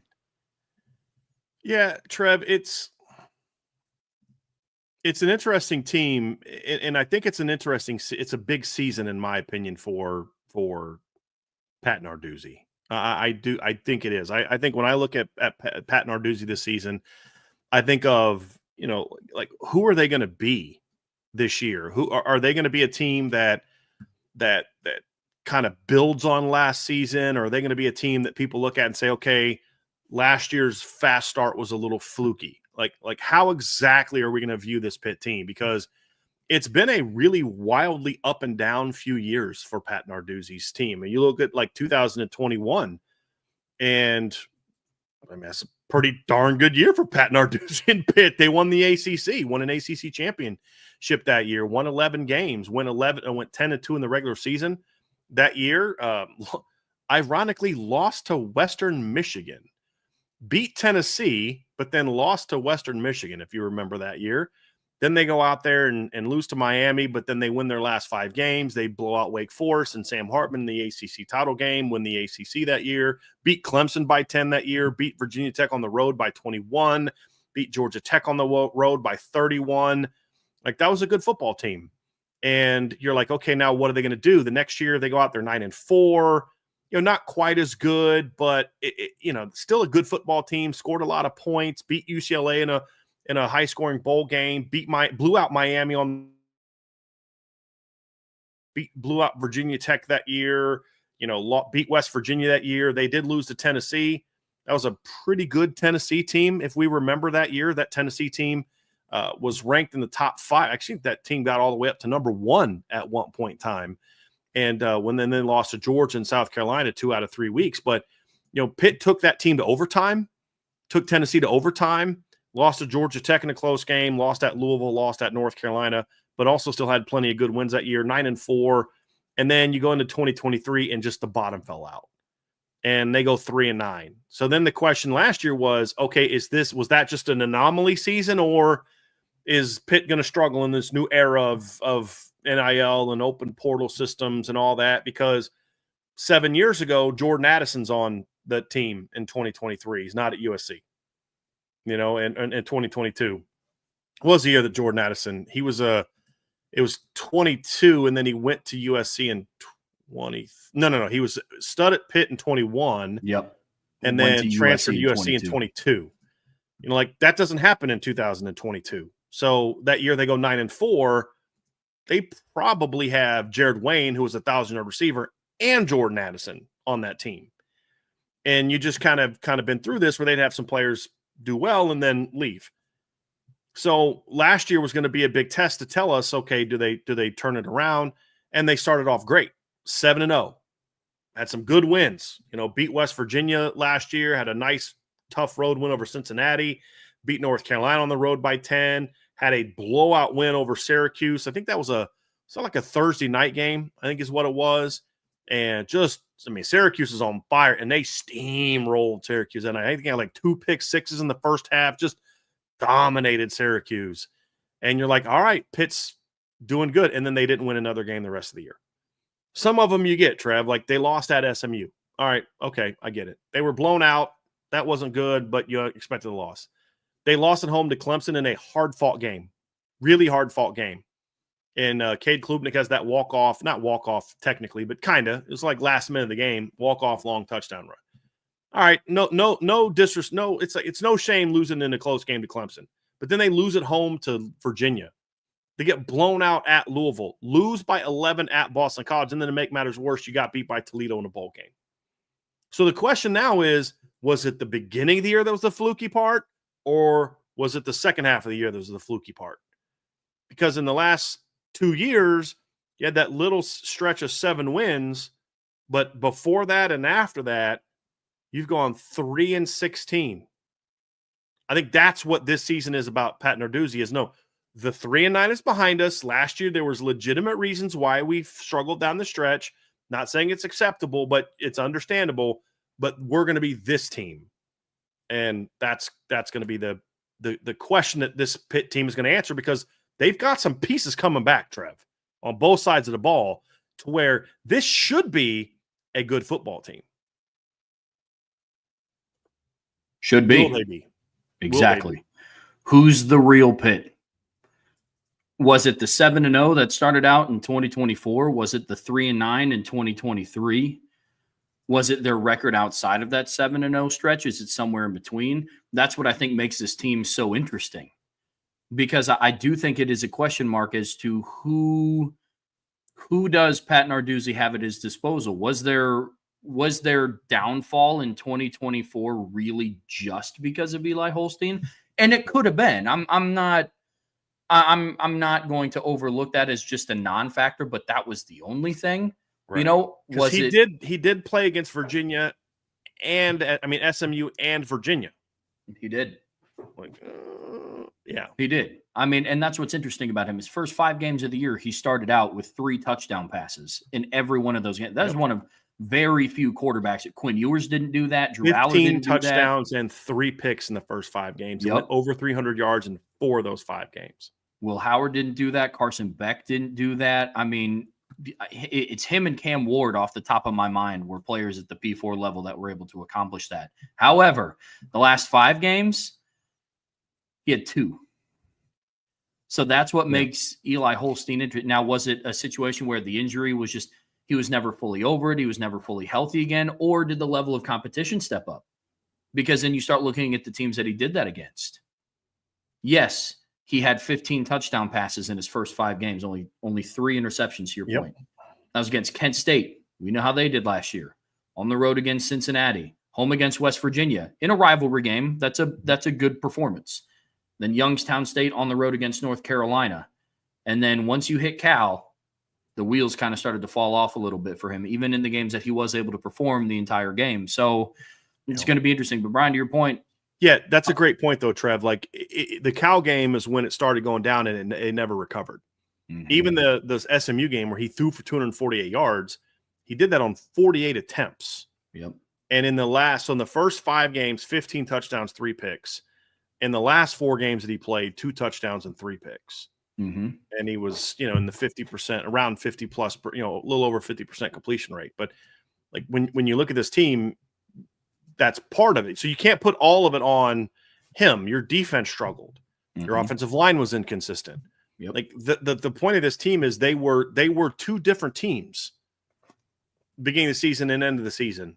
And really in all phases of the game, that you can't then say, well, this is about the quarterback going down, because it's the same story of the defense. And the defense down the stretch was bad. And they just weren't good. And you give up 5.8 yards per play and 431 yards to Toledo, 48 points to Toledo. That has nothing to do with Eli Holstein being injured. Nothing. You getting worked by Boston College, who went for 5.9 yards per play and scored 34 points. It's nothing to do with Eli Holstein. You give up 6.9 yards per play and allowing Louisville to go for over 200 in rushing and 200 in passing and over 500 yards total offense has nothing to do with Eli Holstein going down. So, like, those are things is like, as a head coach, you've got to be able to rally a game. And I don't care, Eli Holstein or not, you had a better roster than Virginia at home. And you got beat. Like, just win that one game and then beat Toledo in a bowl game. And we're having a very different, like, I'm not clowning them for losing to a MAC team. Because the MAC team they lost to by 2 is better than the MAC team that beat Notre Dame. Yeah.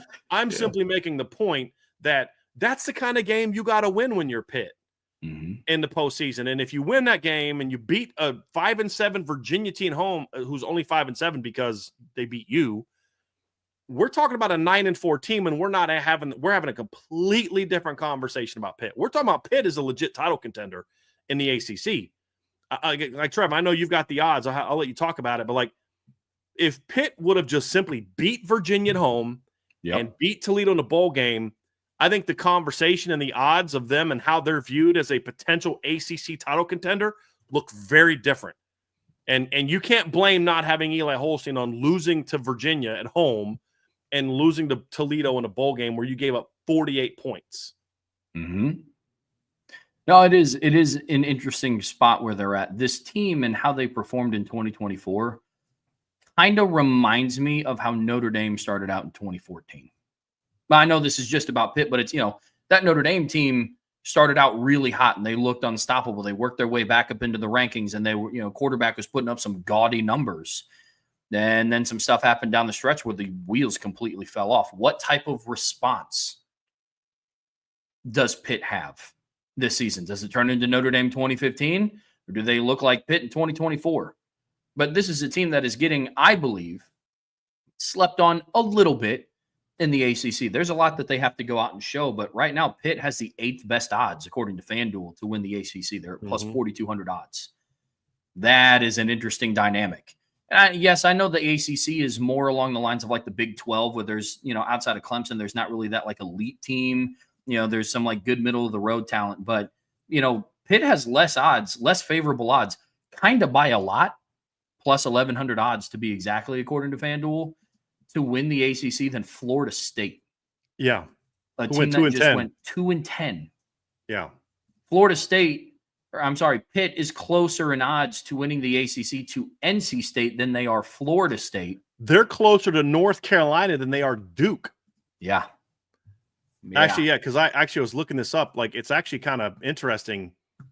Let me look at this up again, Trev, because I saw some of these things and I was like, wow, that's interesting. So you mentioned that you mentioned the pull this up here real quick. So I saw that so Duke is, what do we say? Duke is plus 2,700 and Pittsburgh's plus 4,200. So Pittsburgh at 4,200, they're closer to Virginia Tech, who is 12th, than they are Duke, who is got the 6th best odds. They're not even sniffing Georgia Tech right now. No. And that's who's at plus 1,400. Pitt should never be that far away from Georgia Tech, who I like as a program. It's not so much a criticism of Georgia Tech, but just Pitt should be better. Pitt should not be going into a season where they have significantly worse odds to win the ACC than Duke.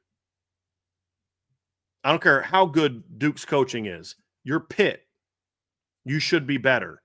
And so I think that honestly, the way they finished the season and the fact that they're coming off of a 3-9, look, last 2 years, Pitt's gone 10-15. That's a reality.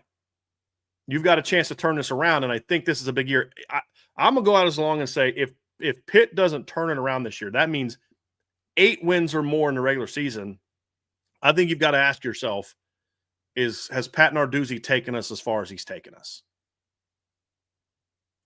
No, that's you got to decide either A, we're going in a different direction, or B, you got to sit down and have a come to Jesus conversation with him and he with you about, if you want me to compete at a greater level, this is the support I need. And then they say to him, okay, if we're going to give you that, then these are the expectations we're going to have for you. I think they need to have that conversation this offseason regardless, but it's especially important if he doesn't win at least 8 games, in my opinion. Because otherwise, you're not that coach that won 20 games in 2 years. You're the coach who benefited from Clemson being down for a couple years. Yep. And then once Clemson got good and SMU joined the league and Louisville hired a competent coach, you all of a sudden fell back down in the middle of the pack in a pretty mediocre overall league. Mm-hmm. It's especially bad to be that low in this league. Yep. Agreed. Well, to your point about the results that Pat Narduzzi needs to produce, let's kind of dive into this thing. I think a big factor is a lot of the talent that he brings back on both sides of the ball. Let's start on offense. Don't want to regurgitate too much, but we spent a lot of time talking about Eli Holstein. Last year, he was he a redshirt freshman last year? Yes. Last year was a redshirt freshman, hot start to the season. Unfortunately, partially due to injury, maybe not back fully healthy, we didn't get to see what he was able to do against some of the better competition. Also first year at Pitt, because he transferred from Bama. So even though he was a redshirt freshman, he wasn't in year 2 of a system. It was year 1 overall in a new system. They were all in a new system, but first year at Pitt. That's right. So what type of player, what version of Eli Holstein is Pitt and Pat Narduzzi going to get this year, now that he's fully healthy and going into year 2 of an offensive system?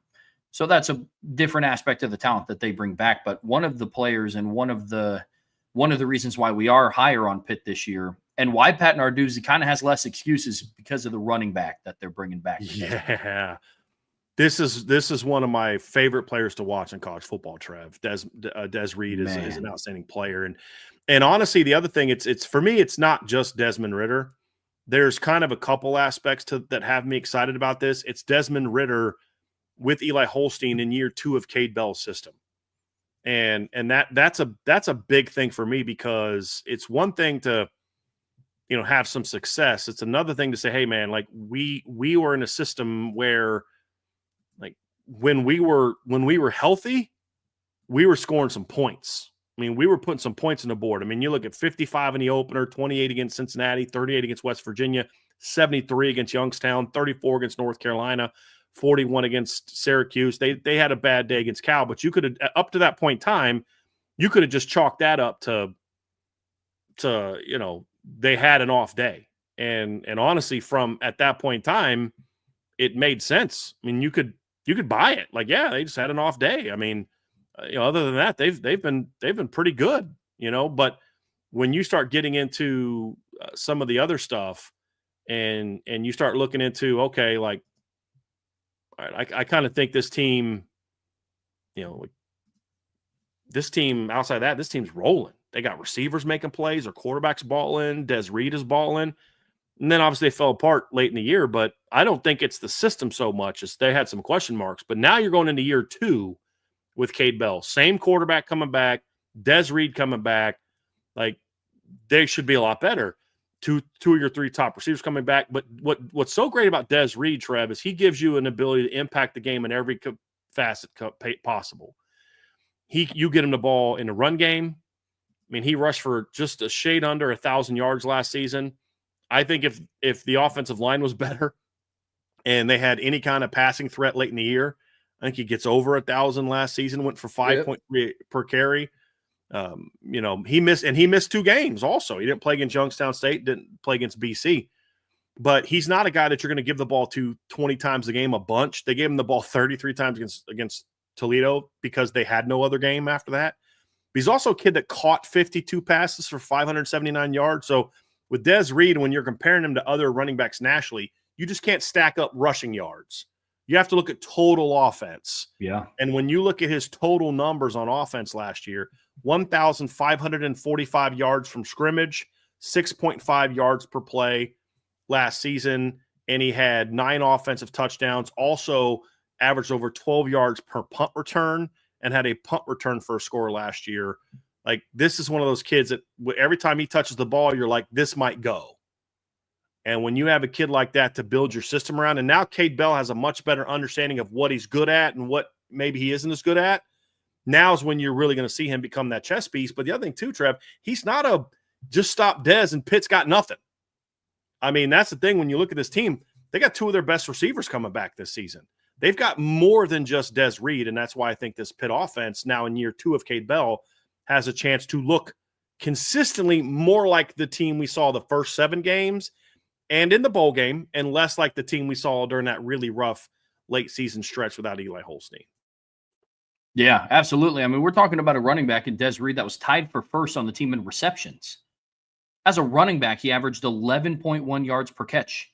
As a running back, I mean, those are some good numbers, man.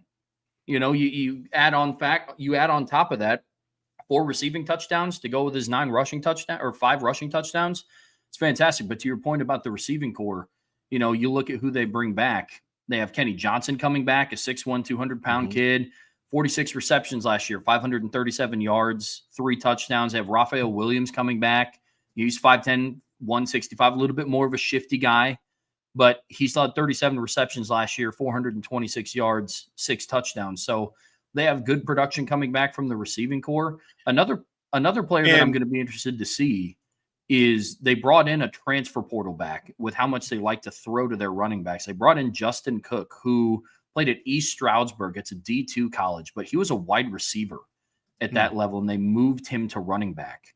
But during his time at that college, he had 2,400 total yards of offense and 26 touchdowns combined. And so I think that is going to be, I think, an interesting dynamic to what he brings to the table for them. So I'll be interested to see what Justin Cook does with that team as well. And I remember when we were talking about best receivers that Notre Dame is going to face this year, you were you talked about Kenny Johnson. You really like Kenny Johnson. When actually it wasn't even then. It was we were doing our all opponent team. Yep. And you talked about, I don't think you had him on your first or second team, but you talked about like he was a guy that I considered on my first or second team. So to your point, Trev, there's some weapons there. And then, like you also said, they brought in some players as well. Derek Davis is a good player. He's back, from last year. So this is a team. The key, however, here's the key, Trev. I didn't think their offensive line was very good last year. No. And they lost 3 starters. And so you've got, 2 portal players coming in, should expected to start on the left side of your offensive line. I just they lost 2 starters in their offensive line. Their center and right side are coming back. They lost their left guard, left tackle. And you got a transfer from Michigan coming in at left tackle. Got a transfer from Charlotte coming in that's expected to start at left guard. They're going to need those guys to get caught up to speed in a hurry. That's going to be the thing that's going to make or break this offense this season. Can the offensive line do a better job protecting Eli Holstein, which they didn't always do a very good job of last year, even before the injuries? And can they do a better job of opening up run lanes? I mean, and with Des Reed and the backs they have, y'all don't have, this doesn't have to be 2017 Notre Dame. You don't got to be opening up holes that you can drive a car through. You just need open up holes that are as wide as Desmond Reed's body. Because if you can do that, just get a body on a body, he's going to do something with it. But the big thing is going to be consistency there, but you've got to do a better job of protecting your quarterback. You gave up 43 sacks last year. Here's a crazy stat for you, Trev. Last year, Pitt in college football, last season, their defense ranked 6th in college football in sacks per game and ranked 10th in total sacks last season. It's very good. They gave up more sacks than they made last year. They got to get way better up front.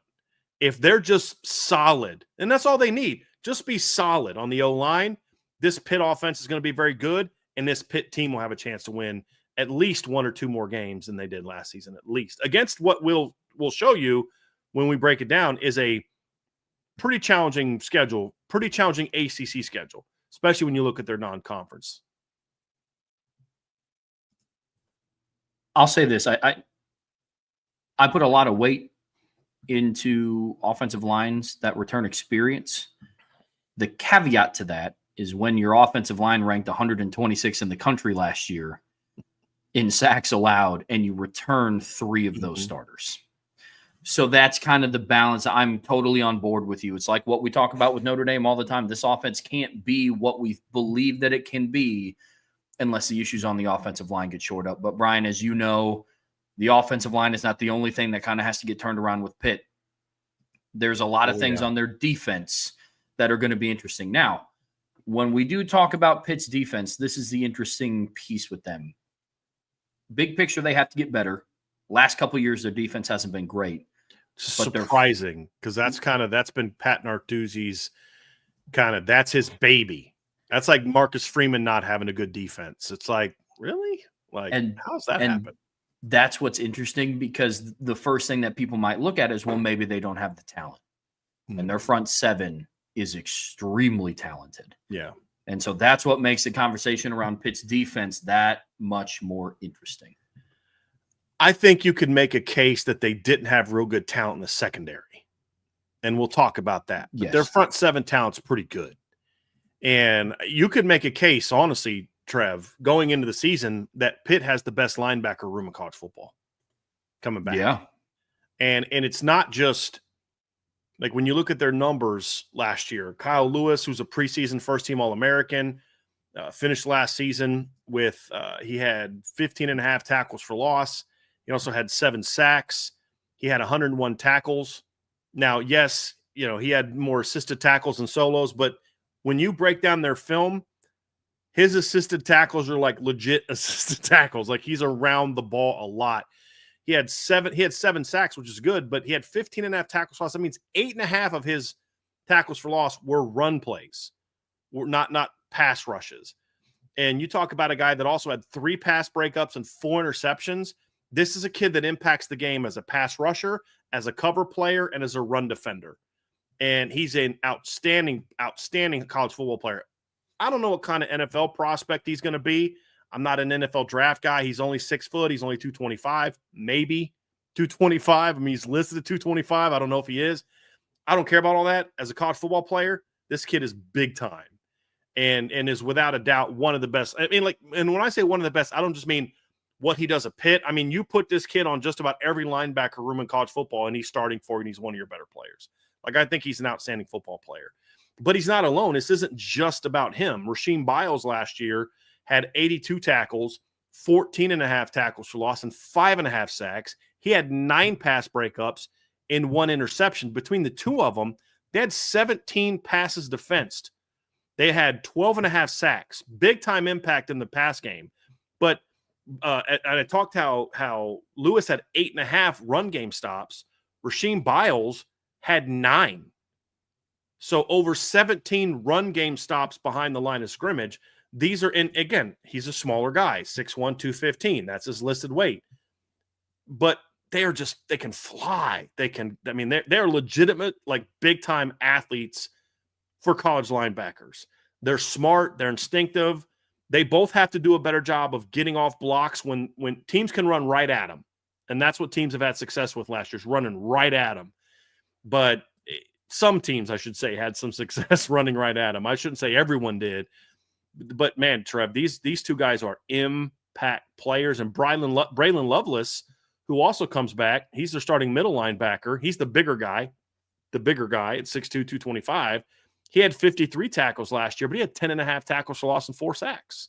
Also had an interception. In their front seven, they had 4 guys go over double-digit tackles for a loss last year, and they all come back to this year's defense. The talent in the front seven is there, between the linebackers that you listed off, as well as Jimmy Scott, who had 12.5 tackles for a loss last year and was second on the team in sacks with 6.5. He comes back as an edge player for them as well. So the front seven for Pitt, I am totally on board with you. That linebacker unit is nice.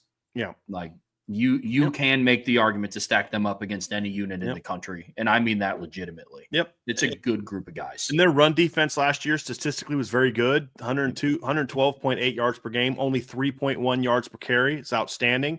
But as I said, there was a couple teams that were able to go right at them. West Virginia went right at them, ran for $188.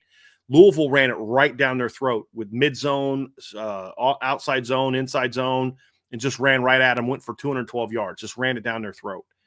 And that's an area where they're going to have to get better. Virginia ran the ball relatively well on them. SMU ran the ball, gashed them with the run game. They've got to improve their run defense, but I think part of that is they couldn't really use their safeties to protect the run game because of how bad they were protecting the quarterback, their lack of size. But I also think, there were some moments where they looked great in the run game last season. I mean, they held Syracuse to 6 yards on 29 carries. I know Syracuse doesn't like to run a whole lot, but 6 yards on 29 carries is a pretty good day of work. I don't care who you're playing. They had some moments where they were solid, but that's an area where they're going to have to get better, is defending the run, just a little bit more consistent. But overall, the big weakness for them is They couldn't stop anybody from throwing the football. I mean, their pass defense, Trev, last season was atrocious. I'm pulling up now. I think they were in the 120s in pass defense last year. They were, let's see here. Where was Pitt? They were 123rd last season in yards allowed. They gave up 22 touchdowns last season, allowed almost 60% in last year in completion percentage. They ranked 62nd in quarterback rating. They ranked 66th in yards allowed per attempt. I mean, there's not a statistic you look at. The best ranking they had is they were 49th in yards allowed in completion percentage allowed. So that's an area where, and that they did all that despite being a top 10 team in sacks. So basically, when the quarterback wasn't getting put on the ground, he was tearing them up. And that's something that's going to have to get a lot better for them, Trev. And if you look at their numbers and you really dive into it, they dominated Kent State's pass offense. They went 14 of 28, only 181 yards. They shut them down. They shut down Virginia's terrible pass offense. They held West Virginia to only 210. They held Youngstown State to 236, 238. So it's like, it's even worse when you kind of take some put some context in it, and it gets even worse. If you look at what they were in yards allowed per game against Power 5 teams only, like, we're 98th, still pretty bad. When you look at, because you take out some of the Pitt, you look at what they were quarterback rating, they're 48th. So it was not good all around. And the reason it looks that good is because they gave up 351 to Toledo in the bowl game. So, it's going to last 4 games. They gave up 288, 293, 253, and 351. They also gave up 321 to Syracuse, which you can respect that. They throw the ball a ton. Syracuse got 321. They threw the ball 64 times. Overall, Pitt, that was actually one of Pitt's that's best actually days. pretty decent. They had 5 picks in that game. Like, but they had 13 picks. Yeah, 5 of them came in one game. 2 others came against Youngstown State. In the last 6 games, they gave up 11 touchdowns, only had 3 picks. So after the Syracuse game, they gave up 306 yards to SMU, 9.9 yards per attempt. Louisville went for 293, but averaged 10.5 per attempt. BC went for 253, 9 yards an attempt. Like, their pass defense has got to get way better. And you can't say get after the quarterback, because there aren't many teams that get after the quarterback better than Pitt does. You couldn't cover. Yeah. Specifically, the secondary has to get better. I'm with you. Pass defense as a whole, but it's not a great sign. For as much as we raved about their linebackers, it's not great that your team leader in interceptions was a linebacker and your team leader in passes defended was also a linebacker. Because they're really good at coverage. Yeah, and it wasn't the same linebacker. And so when you're relying on your 6'2" and 6 foot tall linebackers to be your best coverage guys, as well as your most effective coverage guys, as well as your most effective run defenders, you're putting a lot on the plate of these 2 guys here. I mean, Trev, we're always complaining about how Notre Dame's linebackers don't get any picks. Like, they had 4 different linebackers pick a pass off last year. Yeah. Like, last year, Pitt only had 13 interceptions in 13 games. See, 4, 5, 6, 7 of those interceptions were from linebackers. Over half of their interceptions were from their linebackers. Their DBs only produced 6. Yeah. Notre Dame, for example, has had a guy that gets 6 at like each of the last 2 years. It's had one guy get at least 6 in Xavier Watts. So the secondary it's a problem. Now, they brought in four transfer players out of the portal, which is needed. And I would argue that they lost their best DB in Donovan McMillan. But it's not saying a whole lot, but they're going to need Rashad Battle's a good player at times, but they're going to need a lot better play from that unit, and they're going to need their transfers to push. Definitely going to need them to push. Absolutely agree.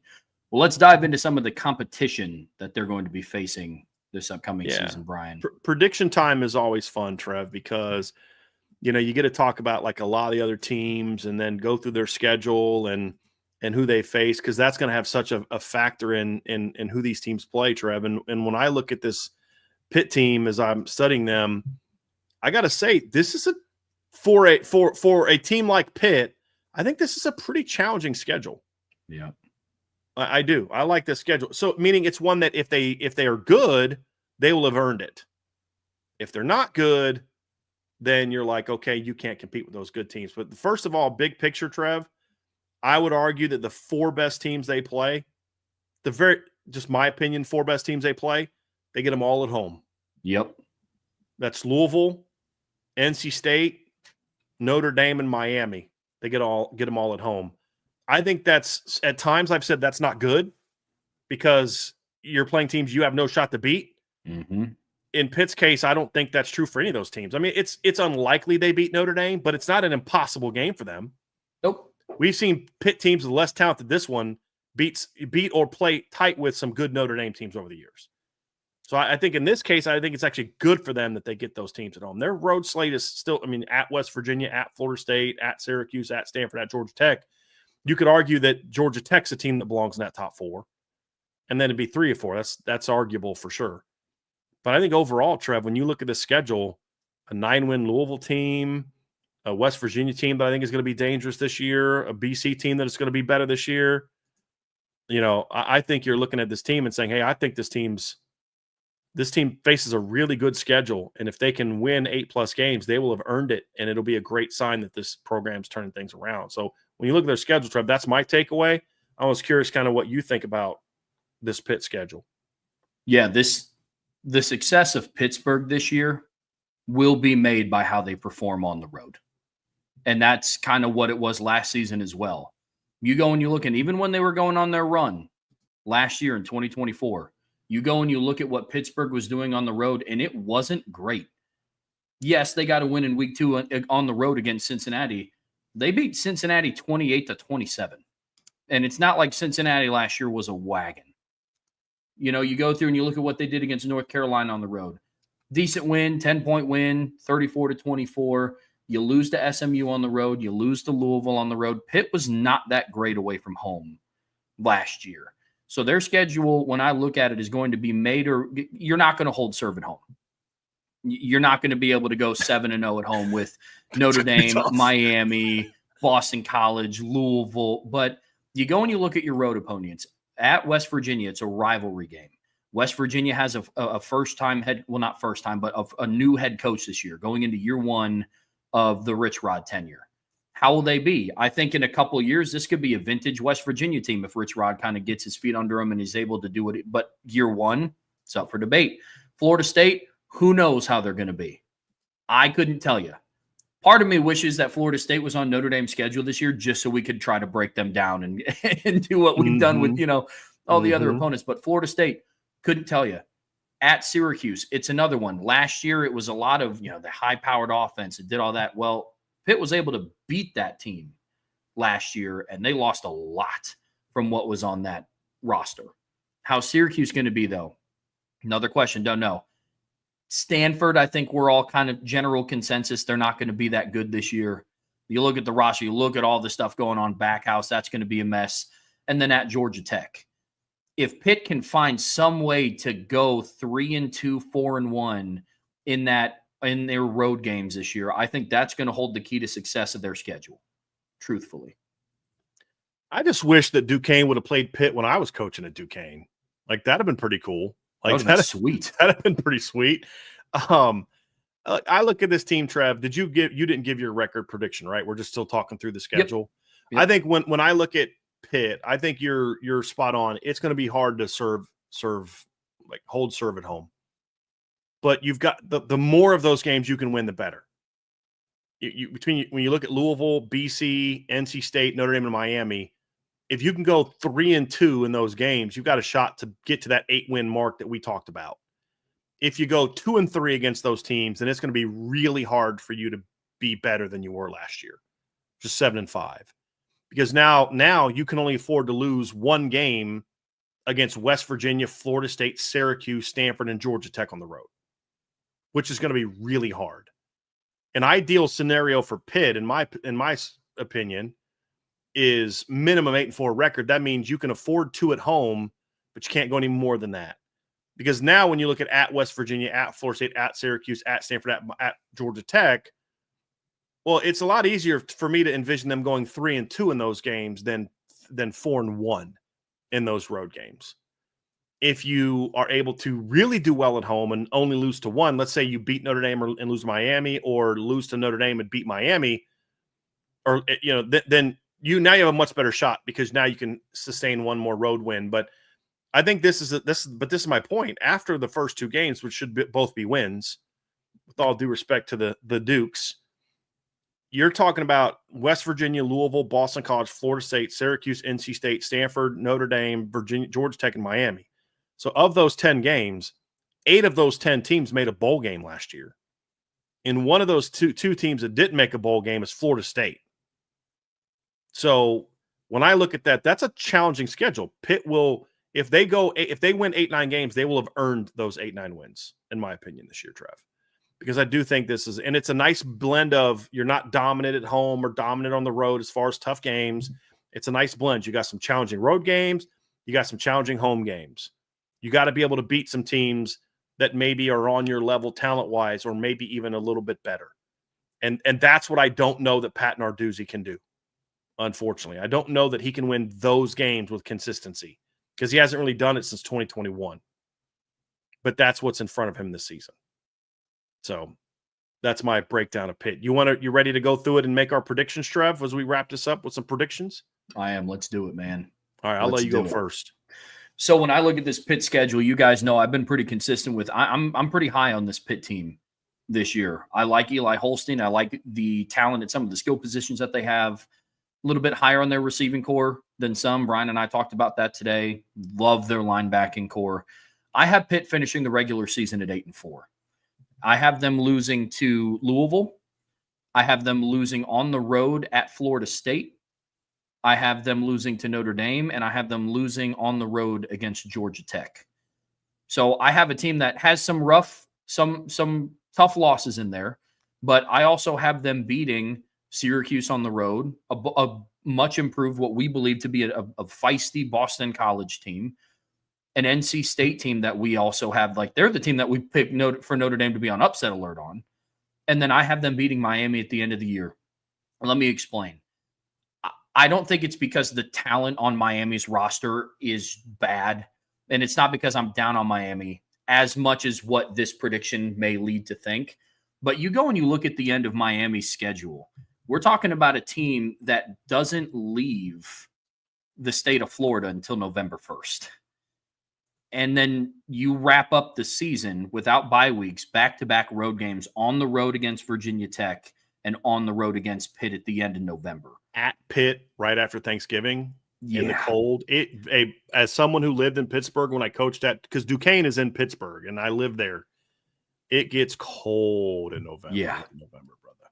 Yeah. And so that's more of the factor. I mean, you look at, Miami's schedule in the month of November without a bye week: at SMU, home against Syracuse, home against NC State, at Virginia Tech, at Pitt. And so Pitt is going to get the benefit of the doubt of getting a team that 4 straight weeks without a bye. You play every single weekend in the month of November, and you get them at home. And I think that's going to kind of be that win that kind of propels Pitt forward a little bit. You go into bowl season, you get away with a 9-4 win, kind of like what Brian was talking about. If Pitt was able to kind of piece it together and beat Toledo in a bowl game and use that to kind of propel them into the 25 season, we'd have a much different tune about Pitt going into this year. I think it's a year removed, and I think that Pitt is going to do what we thought they were going to do last year, this year, but based on the timing of their losses, I don't know if they're ever going to climb above like the 20th ranked team in the country. But they're going to be a very underrated team when they host Notre Dame on November 15th. So I picked going 8-4, losses to Louisville, Florida State on the road, Notre Dame, and Georgia Tech on the road. So right now where I'm at with Pitt, Trev, is I see a team that loses the games I'm most confident they lose right now is Notre Dame at home and Georgia Tech on the road. Those are the two right now that I'm most confident that they lose, because I think those teams are just bad matchups for Pitt and arguably the two most talented offenses they're going to face. Then I have them either Louisville or NC State at home. I see them potentially dropping one of those two games. And you can look at Miami. Like one of those three teams, they'll lose to at home. Then on the road, I think that the game that right now I would say after that I'm most confident that they're going to struggle to win is actually at Florida State. But it's hard to say that for sure because we don't know what Florida State's going to be. But I think that's a matchup where what I do know about Florida State is I think it could present some problems to them. There's really 3 games that to me they're going to determine their season. Are they a 6-6, 7-5 team, or are they an 8-4, 9-3 team? The first one is going to be the West Virginia game because I think West Virginia might be dangerous in November, but Pitt gets them September 13th. And you're talking about a team with a brand new coaching staff implementing a brand new system with basically a brand new roster. It's not like Purdue levels of rebuilding, but it's not that far off. They're closer to Pitt. They're closer to Purdue than they are like Ohio State, Notre Dame, Georgia in terms of the number of portal players they're bringing in. It was funny. You look at our lads, depth charts, and I'm looking at Lindy's, I'm looking at Athlon and all this, but I like looking at our lads because they put transfers in orange. And you look at West Virginia's roster, and they've got 5 orange players on offense in the starting lineup and 7 on defense. But in the 2 deep, all but 2 players, and they're both on defense, and the 2 deep on offense and defense combined are not transfers. So way more transfers in the 2 deep, according to them, than returning players. You're getting them at the right time. Yes, it's on the road. And yes, Rich Rod's a very good coach, but you're getting West Virginia at the right time. You've got to win that game. And then the other one for me is you've got to, I think you've got to be able to go on the road and beat Syracuse. That's a big one for me. You've got to win that game. And then the last one is obviously at home against Miami. I think that's going to be a big one as well. So I look at those games, Trev. That's how I feel about it. Right now I have Pitt at 8-4. Same reason you do, losing to, some combination of 4 of the teams that I talked about. But I'm right now with the feeling I have about their offensive line and the question marks I have about their secondary.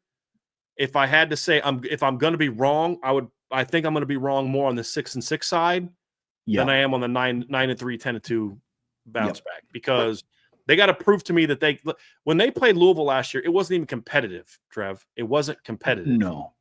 BC thoroughly outplayed them last year. Now, it was at BC. You get them at home this year. You've got to win that game. Mm-hmm. But you went to Louisville last year and got destroyed. Now, that doesn't always mean you're going to get beat this year. What I'm saying is there's a big gap you got to close there. And Louisville will be a more talented team. And the thing is, Louisville can run the ball on you, but Louisville's got receivers that you're going to have a hard time covering. Mm-hmm. And that's my concern about Florida State as well.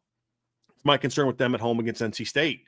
And it's my concern with them against Miami as well, on top of Georgia Tech and Notre Dame. So they've got to answer those O-line DB questions before I can confidently say, yeah, I love my 8-4 pick, and I could see them maybe winning 9 or 10. Right now, that's not where I'm at. I think if everything goes right, they could be a 9-10 win team. But right now, I'm at 8-4. But if I'm wrong, I think I'm going to be wrong on that they're not going to be as good as I have them. That's where I'm at right now. I'm with you. And that's what's so interesting about this Pittsburgh team, man, is when we're talking about a team whose range is 6-6 to 9-3, maybe even 10-2, depending on how because right now I have them chalked up to a loss at Florida State. But again, that's a team that went 2-10 last year. I doubt they go 2-10 again, or even anywhere close. I don't think Florida State goes 9-3. I think they have a bounce back year. But again, what is that going to look like for them? I think they're at least a bowl team, don't you, Trev? 6-6, yeah. State. At least they're a bowl team. Yeah. And they'll be athletic. Mm-hmm. That's, for the most part, that's the 2 things we can say. I feel at least confident saying that about them. Mm-hmm. But that's what makes this schedule for Pitt so interesting. That's what makes Pittsburgh as a team this interesting. But folks, that's going to do it for us today here on the Irish Breakdown podcast. So we talked about. That was fun, Trev. I got to vent for an hour. We got to break down Pitt for a little bit. We're 2 games left. By the way, we're gonna finish all the opponents this week. We're gonna do Syracuse on Thursday, and then we're gonna do Stanford on Friday before the mailbag. So we're gonna knock those all out, because next week, Trev, we start getting into our predictions. We're gonna do our ACC Big Ten, SEC, and Big 12 predictions next week. And then next Saturday, so that'll be, what is it, the 16th, Trev? Yeah. We're going to do our Notre Dame season predictions and our college football playoff predictions. Next Saturday, the bracket will finally be revealed next Saturday, August 16th. So, but we're going to break down all 4 conferences next week. So we wanted to get the Notre Dame opponents knocked out this week. So you guys understand, but yeah, it's almost there. And then a week from next Saturday, there's college football on. Yes. And we're going to go live that Saturday morning, by the way, and we're going to do our we're going to have our bold prediction show, and may even preview some of the games that weekend at some point in time on our CFB Nation channel. You never know. You never know. All the more reason to have that subscription button hit and that notification bell hit, so you guys know always when the Irish Breakdown podcast goes live. On your way out of here, be sure to hit that like button, whatever streaming platform you listen to us on. We would greatly appreciate a 5-star review. Brian and Sean will be back tomorrow for the RTCF show, and I believe IB Nation Sports Beat also goes live tonight at 5, so be sure to check out the guys. Multiple different ways to check them out. WSBT radio app right here on the Irish Breakdown YouTube channel, and I believe it's 960 AM radio and 107.6 FM. Might have to check myself on that. But until next time, that's Brian. I'm Trevor. We'll see you back here very soon on the Irish Breakdown podcast.